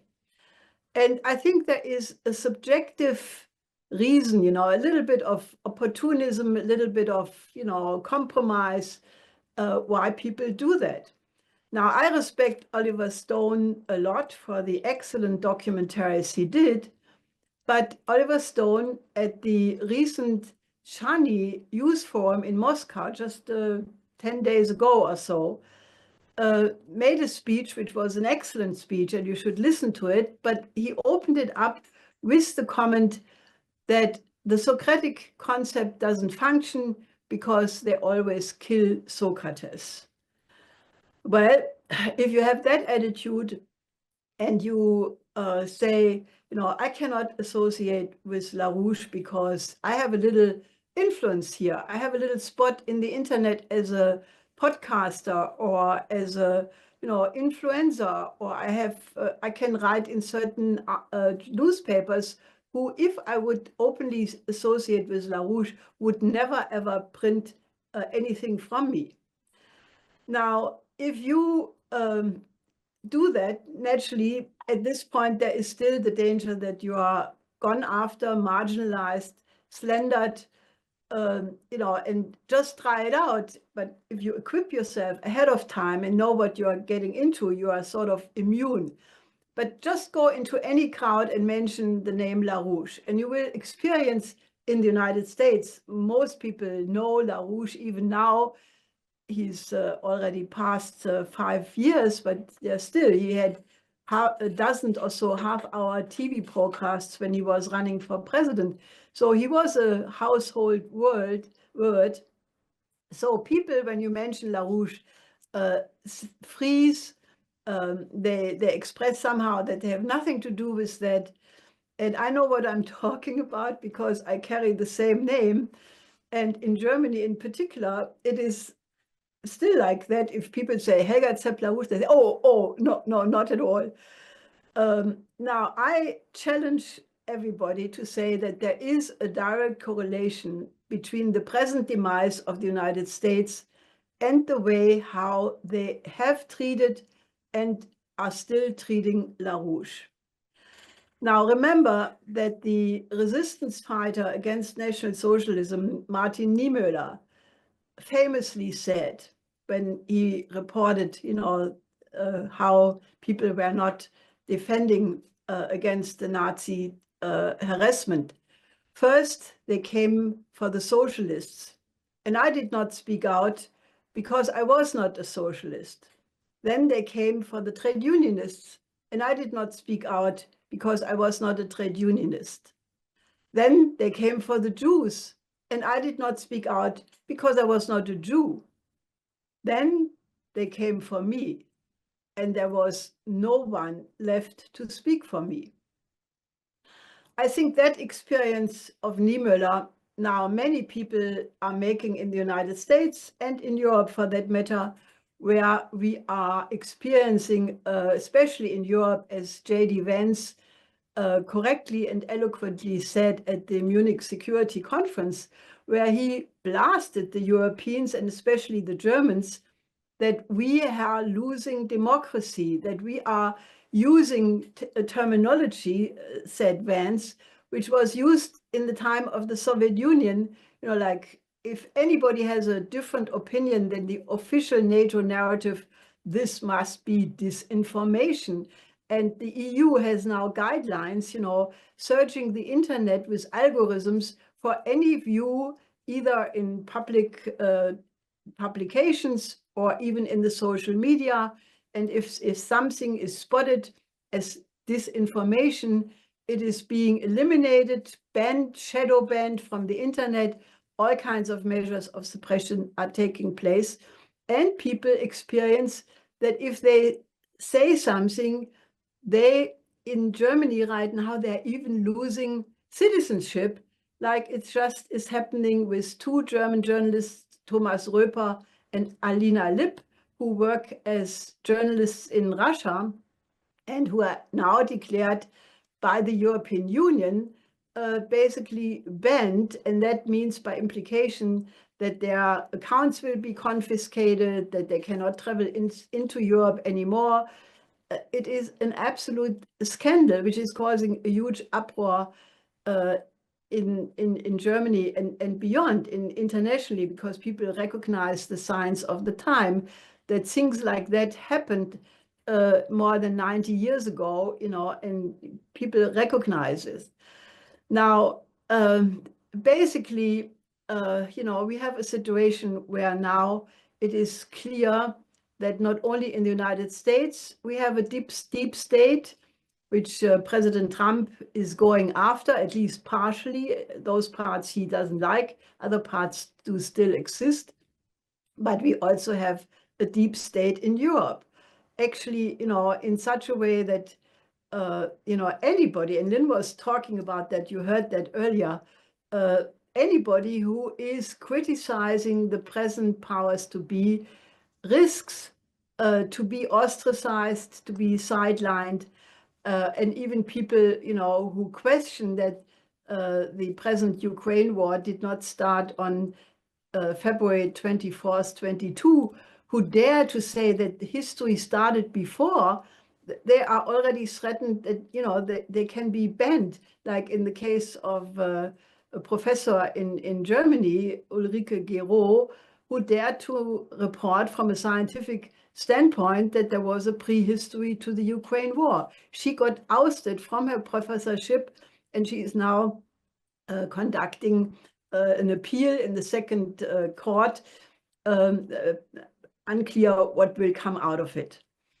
So, coming back to Lynn, if people would have responded to the unbelievable events of the time, I mean, I can only tell you, in the 70s and the beginning of the 80s, we were a very, very constructive force. We were thinking in terms of, development programs. We had an incredible scientific program with the Fusion Energy Foundation. We had an unbelievably beautiful music life. We had around us some of the greatest musicians of the time, Warfield, Prainin, and many, many others. We were thinking in, not only electoral victory, which, we had some successes in '86 in Illinois. Lynn's presidential campaigns had a deeper and deeper impact. But we were thinking about building universities, actually, 3 universities, one in Germany, one in the United States, and one in Peru, private universities. And we had hundreds of professors who were willing to do that with us. So, basically, when then the raid occurred, the infamous raid in 1986 in October, where 400 FBI agents and police with armored cars and helicopters and dogs were surrounding our farmhouse in Leesburg, this was meant that we should not survive that. And only because of an unbelievable mobilization, which we immediately started to engage, calling up all our friends and contacts in Europe, in Asia, in Latin America, elsewhere. And we started a campaign to call the White House, and the White House obviously intervened and called off this assault. Now, people should have reacted to that, but, instead of doing that, they, sort of accepted it. And, what you experience now, like, Scott Ritter having his passport taken away at the airport, many things like that, this is all the result of not having acted. And President Trump himself. I mean, when the first term of Trump happened, the Russiagate story, which we knew was a lie, he could have recognized, if he would have paid attention to it earlier, that it was the same apparatus which went after him, which had prosecuted Lyndon LaRouche. He could have used his powers, he could have released all the FBI documents and other documents pertaining to Russiagate. Well, he's now back in office and he has made certain appointments which clearly indicate that he has learned the lesson and he's going after this apparatus. But Tulsi Gabbard recently, basically said that this apparatus is still out to potentially kill President Trump. So this is not an unserious matter. This is something of life and death of possibly the whole human civilization. Now, basically, the good thing is you can, neutralize Socrates, and they neutralized Lynn during his lifetime to a very large extent. One unfortunately has to acknowledge that.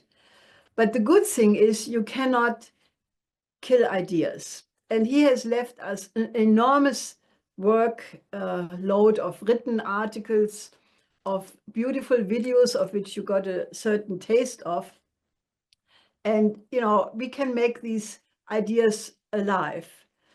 Now, what was, to give justice to what Lynn's life work is, I probably would need a week or a year or whatever.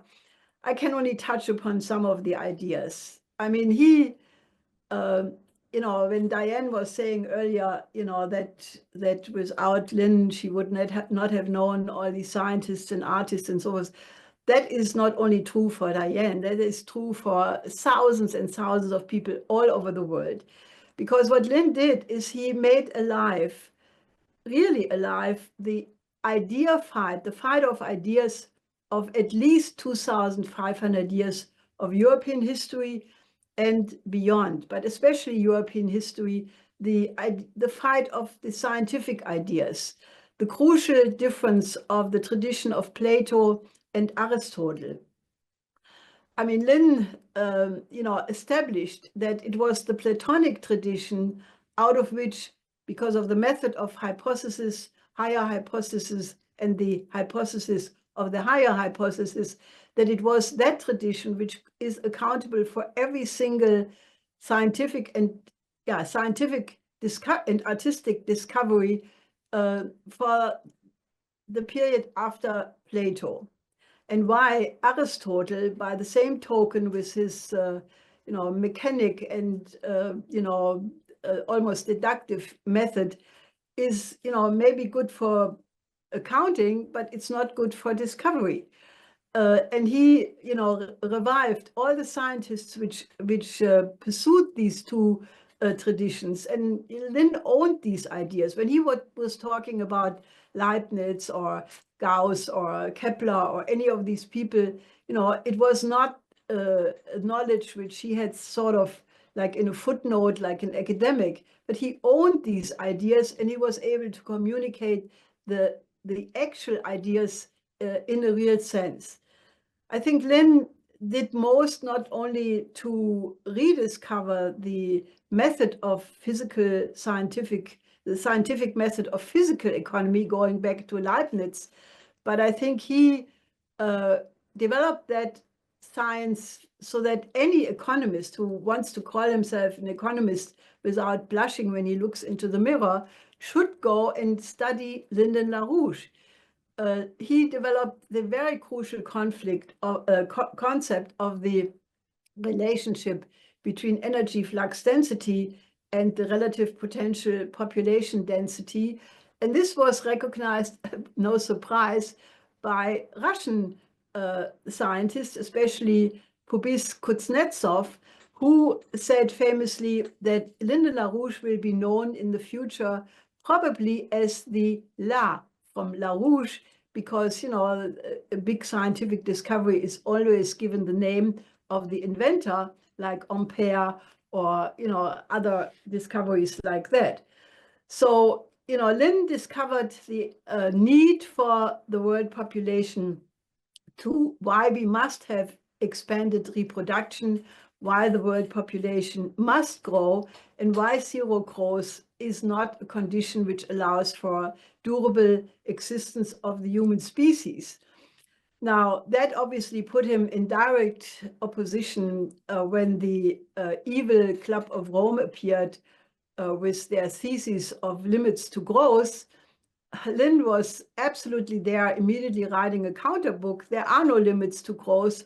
where he proved the quackery of these so-called, professors, Meadows and Forrester and some others, Alexander King, why they absolutely had coined the result of a computer program first and then programmed the computer in such a way that the desired result would come out, namely that there are limits to growth. So he debunked that fraud, a fraud which was the basis for the entire ecologist movement in its perverted form to even grow to the present time, where Germany is being collapsed as a result of this evil technology. Now, one of the most important forecasts of Lynn obviously was what he discovered, the importance of Nixon's decision to replace fixed exchange rates with moving ones, with flexible exchange rates in 71 in August, where he prophetically said, if you continue on that course of maximization of profit with monetarist methods, you will end up in a depression. You will have a new fascism. You will have the danger of a new world war, unless you replace it with a completely different economic system. And that's exactly where we are today. And this is why many, many economists, decent economists all over the world, are today saying, if we only would have listened to LaRouche, he prognosed all of what came. And obviously, if somebody had the knowledge to prognose what would happen, and at the same time provided solutions of how to get out of it, one better listens to him now. I mean, Lynn did so many other things. He had an absolute visionary idea about why mankind has to go into space to survive, for the reasons Lynn talked about himself in the video just before. He was absolutely on the point of why we need to have a crash program to develop thermonuclear fusion to gain energy security for many, many generations to come. On the field of economics, Lynn already anticipated what is happening with the New Development Bank today by proposing the IDB in 1975, how to overcome the underdevelopment of the Southern Hemisphere by a new credit system. He suggested and worked on many, many development programs, the Operation Juarez for Latin America, an All-Africa development program. Already in 76, we published a book in 78. Lynn wrote a program for the Pacific Basin, a 50-year development plan. We worked with Indira Gandhi on a 40-year development plan for India. And the OASIS plan is proposed in 75, is now one of the hottest items, how to end the crisis in the Middle East. When the wall came down, Lynn proposed the Eurasian Land Bridge, which we expanded into the World Land Bridge, which is now practically what the Belt and Road Initiative is becoming. Lynn was emphatic, and his knowledge about music was so vast that we had once the pleasure to have the visit of a very good friend of ours, Ludwig Breinin, who was spending 2 days in Windy Hills, our farmhouse in Leesburg. And after 2 days of lots of music and a lot of discussion, Breinin said, LaRouche knows more about music than I do. And he was the first violin of the famous Amadeus Quartet. So, they discussed Motivführung and many other concepts not understood by most people. Lynn was emphatic on the role of the empires, and he hated it. He compared it to a slime mold, an empire which may change its form from the, Roman Empire, the Persian Empire, the Roman Empire, the Byzantine Empire, the Venetian Empire, the Anglo-Dutch Empire, the British Empire, the Anglo-American Empire, but he always recognized that the structure of empire remains the same, and he called it a slime mold for that reason. Now, obviously, he went after the British Empire a lot, which you got from the video as well. And that for sure was one of the reasons why he was so much hated by the powers to be. But I'm very happy to say that now Lynn unfortunately cannot see this anymore in the way we do today. We can see that his ideas do materialize. The Belt and Road Initiative is the most powerful infrastructure program in history ever. And, you know, that is absolutely inspired by the ideas of the Eurasian Land Bridge, of all the other many development programs we did over the last half century. And one can say what the BRICS are trying to do with establishing a just new world economic order is exactly what Lyndon LaRouche and his movement were fighting about for, you know, the last 50 years. Now, Glaziev, who wrote a very beautiful message when we celebrated the 100th birthday or the anniversary of Lynn's 100th birthday. And he basically said that those countries who follow LaRouche are successful and those who don't are not. And in this letter to this anniversary, Glaziev wrote, LaRouche's voice was heard very well. We remember him. In practically all the major countries in the world that today are developing successfully, above all, India and China, there are partisans of LaRouche. They have used his thoughts and ideas for creating their economic miracles. It is the principles of physical economy championed by LaRouche that today underlie the Chinese economic miracle and are there in the foundations of India's economic development policy. The supporters of LaRouche in those countries exert a fruitful, very positive and constructive influence on the economic policy shaping in these nations of the new world economic paradigm. So, you know, if the United States wants to get out of the present crisis, I think the best the United States could do would be to exonerate their greatest son. Now, I appeal to President Trump, as I did in his first term, to do exactly that. I think he could do himself and the United States no greater favor than to undo the injustice which was committed by the apparatus which went after LaRouche, poisoned his name, not only in the United States, but all over the world, and especially also in Germany, and exonerate him. I think that would be the correct thing to do. Now, in any case, I think we should proceed, no matter what happens inside the United States, with the formal exoneration of LaRouche, and take his work to the whole world. And I still think that, you know, he should be the rightful champion for the undoing of the injustice of colonialism. And we should build in his name many, many universities in the countries of the global South. And that way, you know, proceed that mankind can finally, you know, fulfill the vision he had.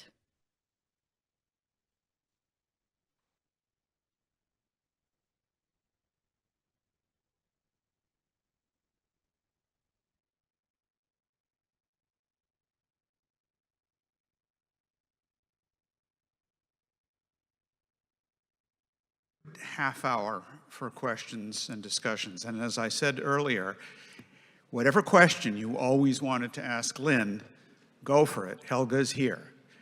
We want people online to send in questions to questions@schillerinstitute.org from around the world. We'll try to get those answered. And people in this auditorium, in this ballroom, please line up at the microphone that is there in the middle and has just been turned on, and we'll call on you one by one. But do line up, and unfortunately, you're going to have to stand up, or you can sit at the side, and we'll go about it that way. And then, please, of course, announce your name and who you are, and so that everyone knows. Go right ahead. Yes, hello. I'm Pamela Nobley Conley. And the question that still remains in my mind, which Lynn said, somebody, you heard him say, in another billion years, the sun will be gone, and we got to get out of this universe, and we got to do what we have to do. But then somebody asked, what happened to Mars? That Mars, now proven, could have had water and had other process going on. And I've asked other people this question, and maybe it was just me, but I asked, when I heard this question about Mars, and he said, well, the sun was shutting down. It's lowering its capability to sustain in a billion years, and Mars just was cut off from developing. But it was actually in the universe, the sun, shutting it down. If that's an interesting thought I've had for a long time, did Lynn say that, or I don't think I made it up? Okay, thanks. Helga? Well, I think that Kraft Erika was a German-American space pioneer, and I can only suggest that you read his writings, because in his description of what an extraterrestrial imperative will do to the human identity, was also saying at some point, that we will encounter many scientific problems where we don't even know how to put the question today, because we have not yet reached the development. And I think, there are areas where we don't know the exact answer, but I can already tell you that once space travel will become more feasible than taking the risk of going with fossil fuels to Mars, which I think Elon Musk is contemplating, and if we have developed fusion as a propulsion for space travel, so that the time to reach other planets will be shortened dramatically, I think that well before this 1 billion years is passed, we will have figured out ways of traveling in space far beyond Mars. And Voyager recently crossed the border to the next galaxy, leaving our galaxy. Now, we don't know what encounters the Voyager took. I only know that the Voyager spaceship had incredible amounts of human heritage, like musical compositions of Beethoven and many such things. But the reason why I'm saying that is, we are just at the very, very beginning of the exploration of the universe. We know that there are, according to the James Webb telescope, now this was already discovered by the Hubble telescope, 2 trillion galaxies. Now, if that doesn't blow your mind, nothing will, because I have trouble to imagine our galaxy, the Milky Way, but just think 2 trillion galaxies. And, I think that the idea of space travel, space science and space travel is exactly that, that if you just have some look back, some review, the last 10,000 years or 20,000 years since the last ice age, which is nothing from the standpoint of the age of the physical universe, 20,000 years, 10,000 years, and then think how much progress we have made as a human species in that tiny, tiny instant of time. going from a stone age with a stone to kill your neighbor into a smartphone, which connects you with the whole world in a conference call. I mean, that is just a, tiny baby step in what we will be able to discover. So I cannot answer your question concretely, but I can answer it this way.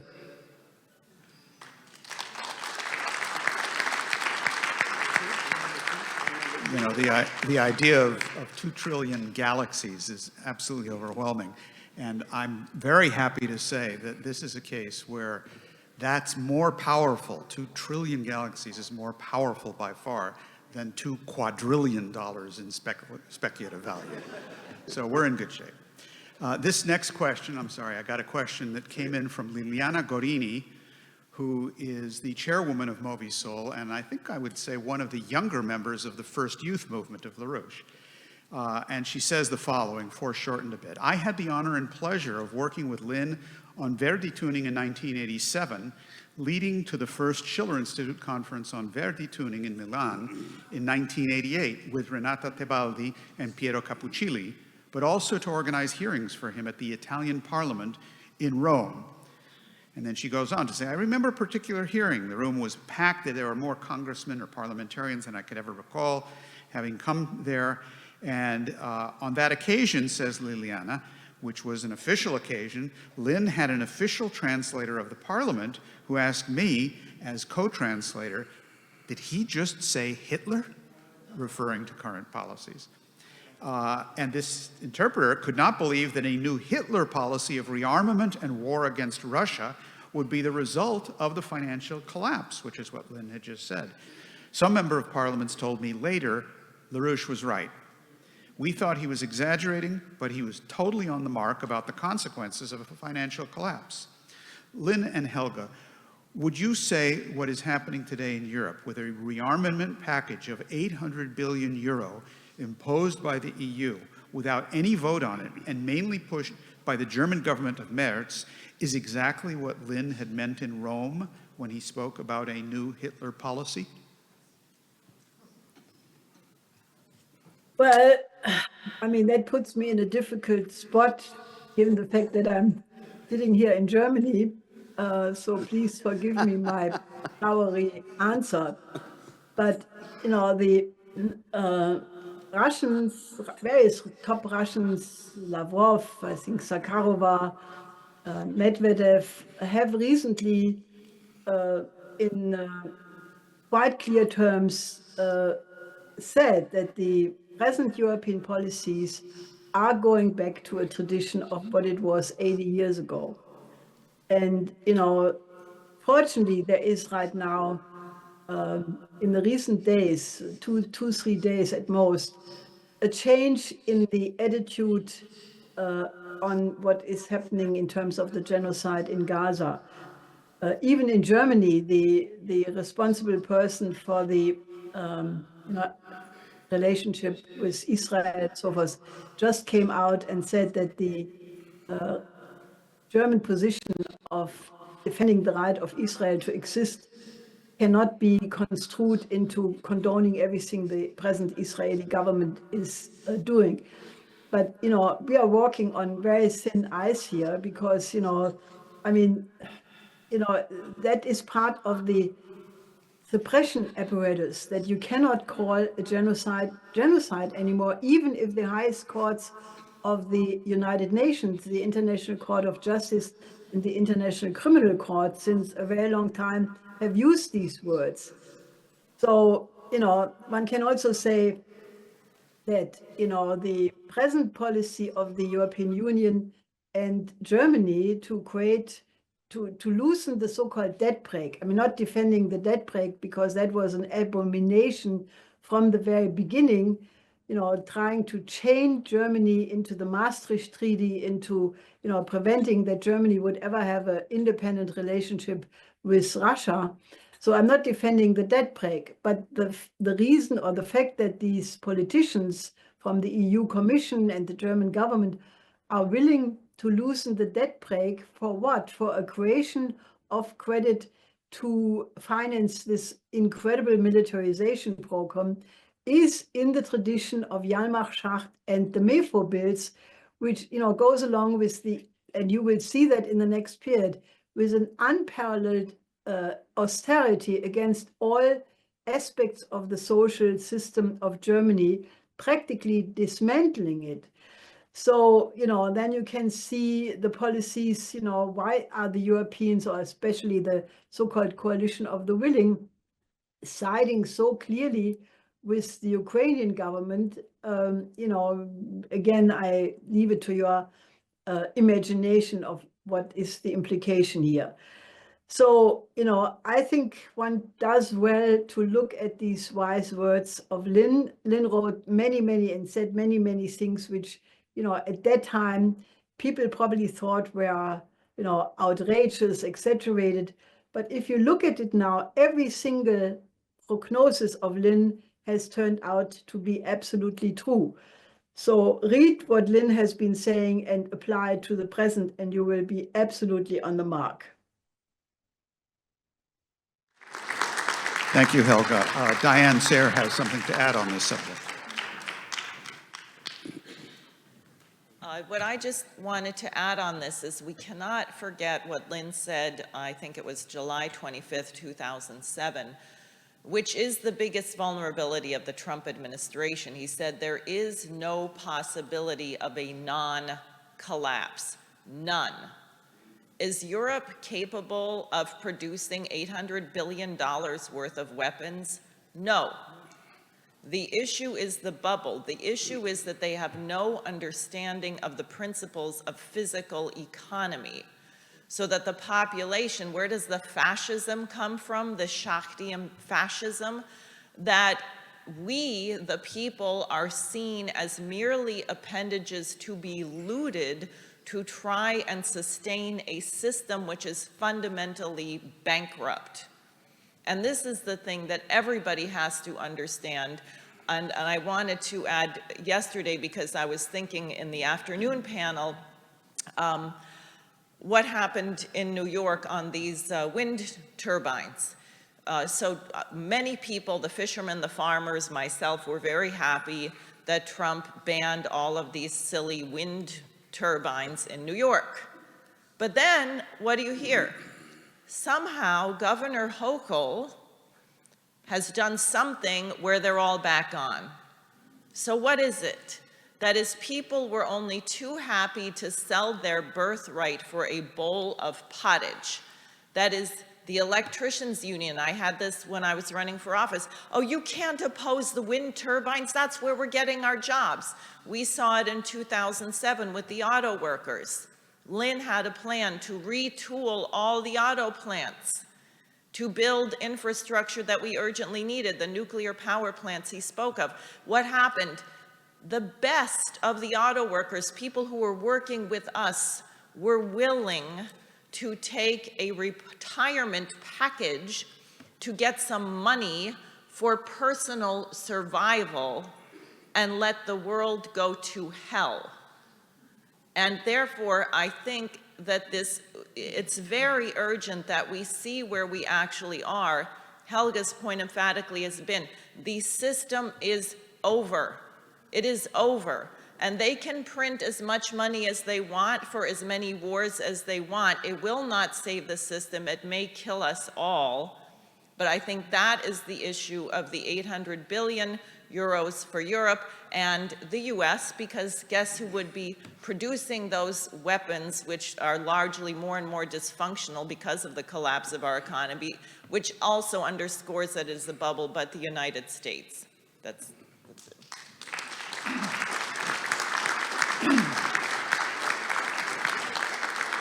But they're probably also not going to get to the 800 billion because they're going to run out of ink before they get there. Bill. Yeah, I'm Bill Jones. I've been with the LaRouche organization for about 55 years, basically in Washington, but also in Europe. And I would like to, in terms of the LaRouche legacy issue, I would like to point to the fact of Lynn as a scientist, not as an economist, not simply as a statesman and a person who understood the global economy, but somebody who was deeply involved in the discussion of scientific issues at the deepest level.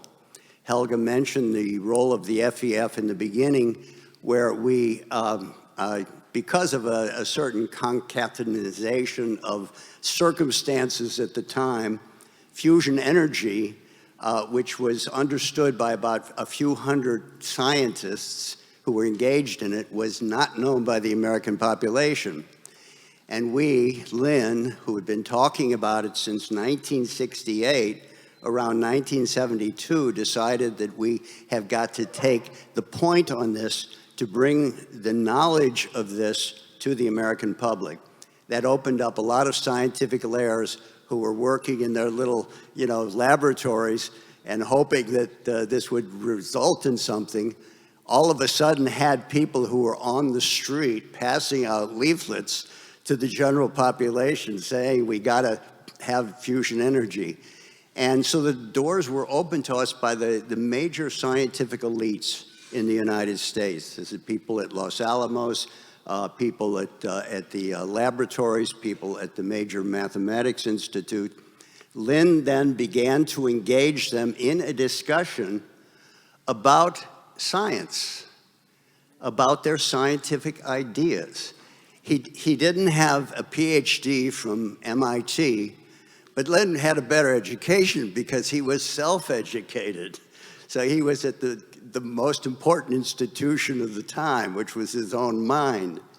And he could engage them on these issues. And I could give examples of him speaking to the head of the Courant Institute and the top mathematician who was in charge of the fusion program, and in a seminar where he criticized Maxwell's equations. And as a result of that, the head, Harold Grad, went and worked out a paper refuting Maxwell. He was also working with Robert Moon, who was developing a new concept of the atom. We were on the frontiers of science, and he had created effectively a scientific renaissance. And in 1986, of course, with the incarceration, with the attack against LaRouche, that ended abruptly. And we're living in a time now where we're seeing the effects of that, with everybody saying, we can't move further in science. China and Russia are ahead of us, where people are now discussing these issues. And I think what we have to do in terms of the legacy program is to take, in a popular edition that you can have out on book tables, the shorter, essays by Lynn on science, maybe with the title, Poetry Must Replace Mathematics in Science or in Physics, which would, of course, shock a lot of people. Not only the mathematicians and the scientists, but also the poets would be interested. Because we have to intervene into the situation where the big discussion is going to be why we lost our mojo in science. And Lynn had the solution to that. And my proposal is that we have not a big edition, but a cheap edition, a paperback you can go out with and have it on the book table and get it out, to introduce Lynn as a scientist. 1973, I think there was an essay, there was something that Lynn wrote himself which said, does the American Academy of Science regard Lynn also as a scientist? Because they had read up a paper that he did on Moon Mars. John Logsdon, who was the head of the science group at GW University, not a friend of Lynn's, never positive towards us, praised that paper as being a major scientific intervention. I think this is something that is an important flank that we have to use to get out on a broader basis. Thank you. Okay, thanks. That's an interesting proposal on the table. I should say that volume 3, next one, coming out not next week, but this year, is focused on Lynn's scientific writings. Bill is talking about a popular edition, a cheaper edition. Not to say that this is unpopular, but I think what he's talking about is something that we could really get out in the hundreds of thousands or millions. Interesting idea. Anybody else standing in line there? Number 3, holds ticket number 3.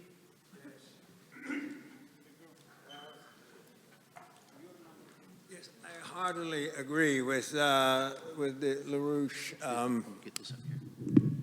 You want to identify yourself Yeah. first, please? I'm Frank Pierce. I have a long but very broken history.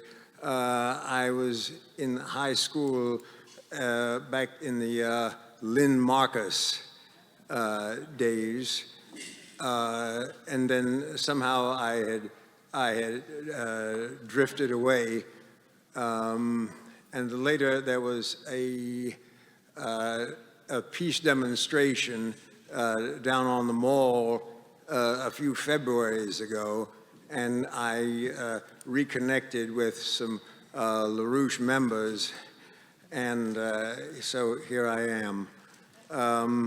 Welcome back.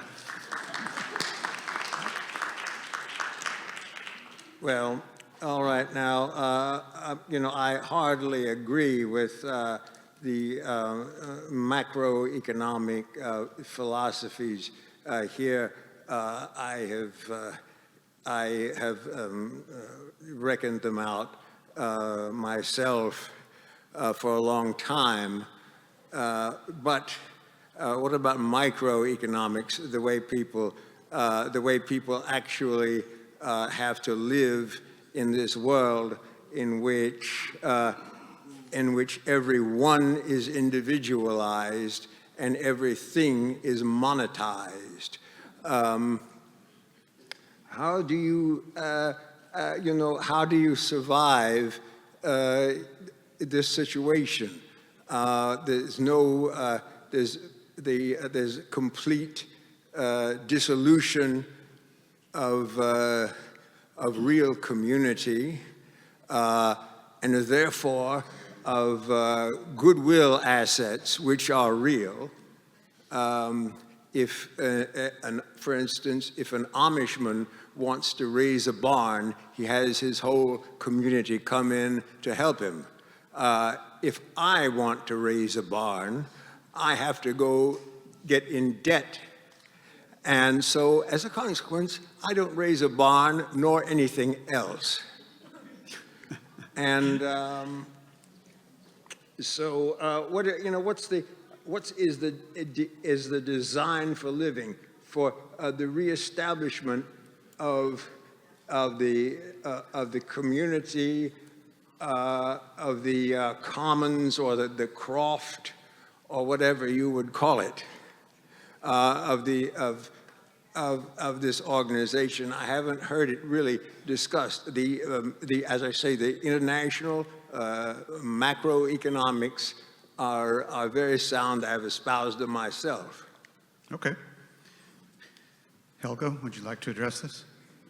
Well, I think that the American system of economy of Alexander Hamilton, you know, which influenced Carey and Friedrich List was an opponent, was developed further by Lin.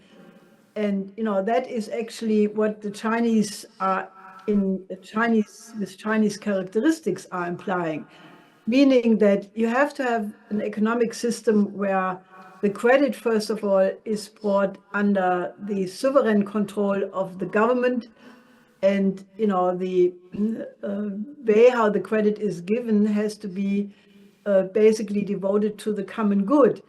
I mean, if you look at the 4 laws of Lyndon LaRouche, you know, this addresses the present bankruptcy of the financial system. What he basically proposed was to, you know, that you have to have an orderly bankruptcy reorganization.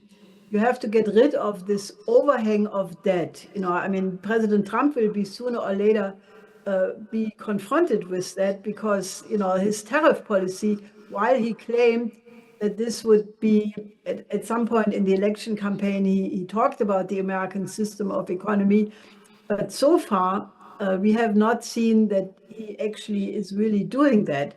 The tariff policy is completely misunderstood. You know, the tariff policy, which was implemented by the early founding fathers, was against the British Empire free trade to protect the nascent American economy. But now the US and world economy are completely interwoven, and tariffs, are very counterproductive. What Lyndon LaRouche proposed instead was to basically, have a point of reorganization whereby, the first step is to put the commercial banks under state protection, because they are the instrument for which credit is being given to the entrepreneur, to the trade people, to the farmers. So that has to be maintained. And then you have to tell to the investment banks and the entire speculative apparatus, which became gigantic after the deregulation proceeded after the abolition of Glass-Steagall in '99. This took enormous dimensions. You have to tell these investment banks that they have to bring the books in order on their own without having access to the taxpayer bailout. If they cannot make their books look good, well, then they have to go out of business. We don't need them. We need to have a national banking system whereby the idea that tax policy is giving thanks to those people who do something in the common good. That includes every area from basic research and development to industrial investment, farming, trade, all the things which provide for the well-being and increase of the living standard of the population should have enormous benefits, and everything which contributes to speculation is basically ruled out because of an appropriate taxation policy, which makes it de facto impossible. Now, if you do that, then there is no reason why you cannot apply a sound credit policy like it was developed, for example, by Wilhelm Lauterbach, who proposed in 1931 to at that time, the economic ministry in Germany, a plan of creation of productive jobs, which, if it would have been implemented, would have prevented Hitler's rise to power. That has been acknowledged even by some economists in the meantime. And what Lauterbach said, being in the tradition of this American system, he said, what you have to do is you have to issue credit for anything the economy would be investing in if it would function well. The only difference is it's not functioning well, and by giving the credit for areas which you want to become well, you create them. And in all cases where that has been done, the tax revenue afterwards is always higher than the initial credit given. Why? Because the human labor has the beautiful characteristics of creating more value. The value-added element of labor is exactly why we are progressing, why the application of science and technology in the production process is increasing the productivity, leading to a higher living standard, more productivity, more longevity, and all these benefits. So I think these, basic ideas about the physical economy you can find in Lin's writings volumes. I mean, he has written all you wish to know about economy, Christian economics, and many other writings.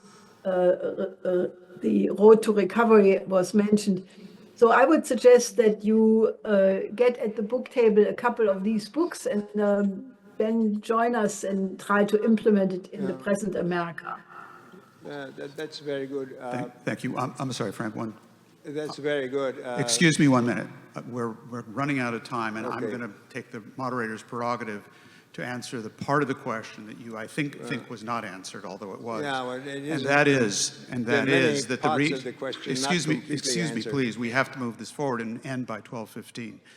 The reason we didn't discuss microeconomics is because it doesn't exist. Microeconomics does not exist.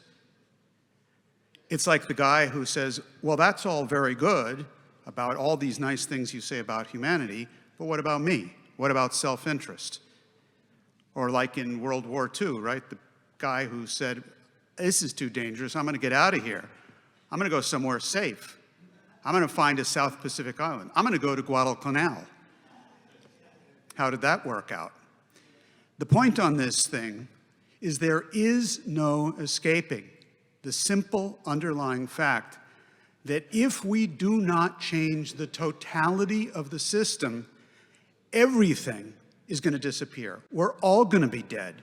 You're not only not going to be able to build a barn, we're not going to have a planet. So the attempt to study microeconomics, which I know about, I'm a recovering student of economics from university practices. So I've heard this stuff. It doesn't exist, and any effort to discuss microeconomics axiomatically is false.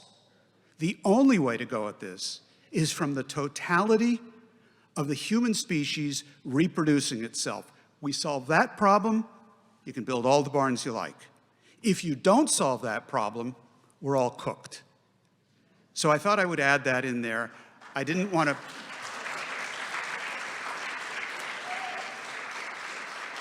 I don't mean to cut you off, but we do have time. We don't even have time for it, but we're going to take one last question, and I'm going to ask both Diane and Helga in their responses to make that their closing comment for this panel. We'll try to get to more questions later. Who's next, Charles?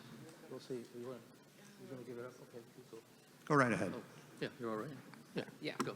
Your name? My name is Carla Figueiredo, and I'll try to make this short because I know we're running low on time. But to kind of, my question is, what kind of movement or political apparatus can we, or can I, as a young person, continue to try and build to break a hole in this veil of repression that we're seeing with this Anglo Wall Street cabal that we are we've all been put under, and how can I, not in Lyndon LaRouche's words, his intent was to try to educate as many young people as possible so that we can continue to grow our country economically and grow as a world with skilled and well-paid laborers. But how can I also, even though I am, how can I continue to find impassioned young people who can try to do the work to follow in Lyndon LaRouche's teachings and footsteps? Thank you for that. Let's ask Diane to respond first, and then Helga, and the rest of the answer to that question will come in the next panel. Diane? Great, thanks very much. And I would say what you will see in the next panels, the next two panels with the younger organizers on the principal differences between man and beast, and then the panel on science is critical because LaRouche titled his autobiography, The Power of Reason. And that's kind of an amazing idea. And particularly in a period of crisis, if we each cultivate our own capacity to be a Socrates among our more backward friends and neighbors, then they are going to become drawn into that, especially in a crisis. And I think this question of dialogue is really critical, but from the standpoint of what you just saw demonstrated, which is we don't go along with ideas which are wrong. Part of the hazard of the culture we have today is you're not allowed to say that something doesn't work or it's not true. And I think in the bygone era when the United States used to produce things and manufacture things, if you're building a bridge, whether something is 7 inches or 7 feet makes a very big difference. Today, if someone says, well, I say it's 7 inches, and someone says, well, that actually won't work, it's 7 feet, the person who said 7 inches is given all kinds of counselors in a special safe room where they can protect themselves. Right? And we go overboard to protect people's right to cling to opinions that will doom civilization. And I as Socrates did and as Lyndon LaRouche did, believe strongly that every person inside themselves actually has a principle of truthfulness, no matter how much it's been suppressed, oppressed. So by you taking personal responsibility to be the courageous one, to tell the truth, to go against the grain, and work with us, work with our younger people. I think we need to have a much bigger presence in the field and all kinds of things to be able to have these dialogues. We'll find that we can make these ideas grow and spread. And it's a very personal question, I think, for every single one in this room, I hope, what you're asking, because I think our time is short in terms of getting the shift that's urgently needed, and I think that younger people are going to be absolutely critical. So thank you. Thank you. Thank you, Diane. Helga, for your either response to that or final comments to close out this panel, please. Well, I think that if Lyndon LaRouche would be here, he probably would tell you that you must take responsibility for what will happen to the world. Now, he said that to us, to me in particular, he said, you are responsible for Europe. At a moment where there was absolutely no organization in Europe, we had no office, nothing. And it took me several months to think about that, what does he actually mean? And I think it has to do a lot with to reject one of the ideas many young people have these days. If you tell them you have to consider there's genocide in Gaza, there is 600 million people, no electricity in Africa, you find many times a response where people say, oh, what does this have to do with me? I don't go there, because this would interfere with my whatever. If you reject that and say, that, and Schiller actually at his time said that the most important requirement of his time was the development of what he called, the German word is Empfindungsvermögen. The English word, which doesn't quite capture it, but is close, is empathy. So when Schiller said the most important development is to develop empathy, to absorb everything what is going on in the world with your intellect and your heart and make it your own, how much more would that be the requirement today, where the whole world is looking to their laptop, to their smartphone, totally blending out everything going on around them, and leave alone the world at large. So I think that is the first step. You have to make a commitment that you are responsible for what happens to history. And once you have done that, then do the things which are next. Like, for example, how do you remedy the problems of the world? Well, you need a new world economic system. You need, if you want to solve the migrant problem, if you don't like the way how people are being treated at the Mexican border or at the Mediterranean, where they are drowning because the Coast Guard is pushing them back into the sea, well, then join an international youth movement fighting for the creation of anywhere between 1.5 billion and 3 billion new productive jobs in Africa, Latin America, and Asia, so that the migrants have no more a reason to come, because they want to reconstruct the economy in their own countries, and many things like that. So I think that the answer is, start with the commitment and then be part of hopefully exploding international youth movement.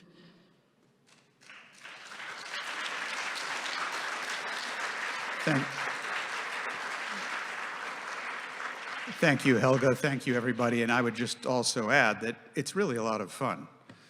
So we are running late, of course, but that's all right. Here's the plan. The next panel, which is the youth panel, Shaping the Earth's Next 50 Years, will begin on schedule at 1 o'clock. What that means is at least please be online to get in at 1 so that we can actually start the panel at 1:10. So Go, eat, and return. Thank you.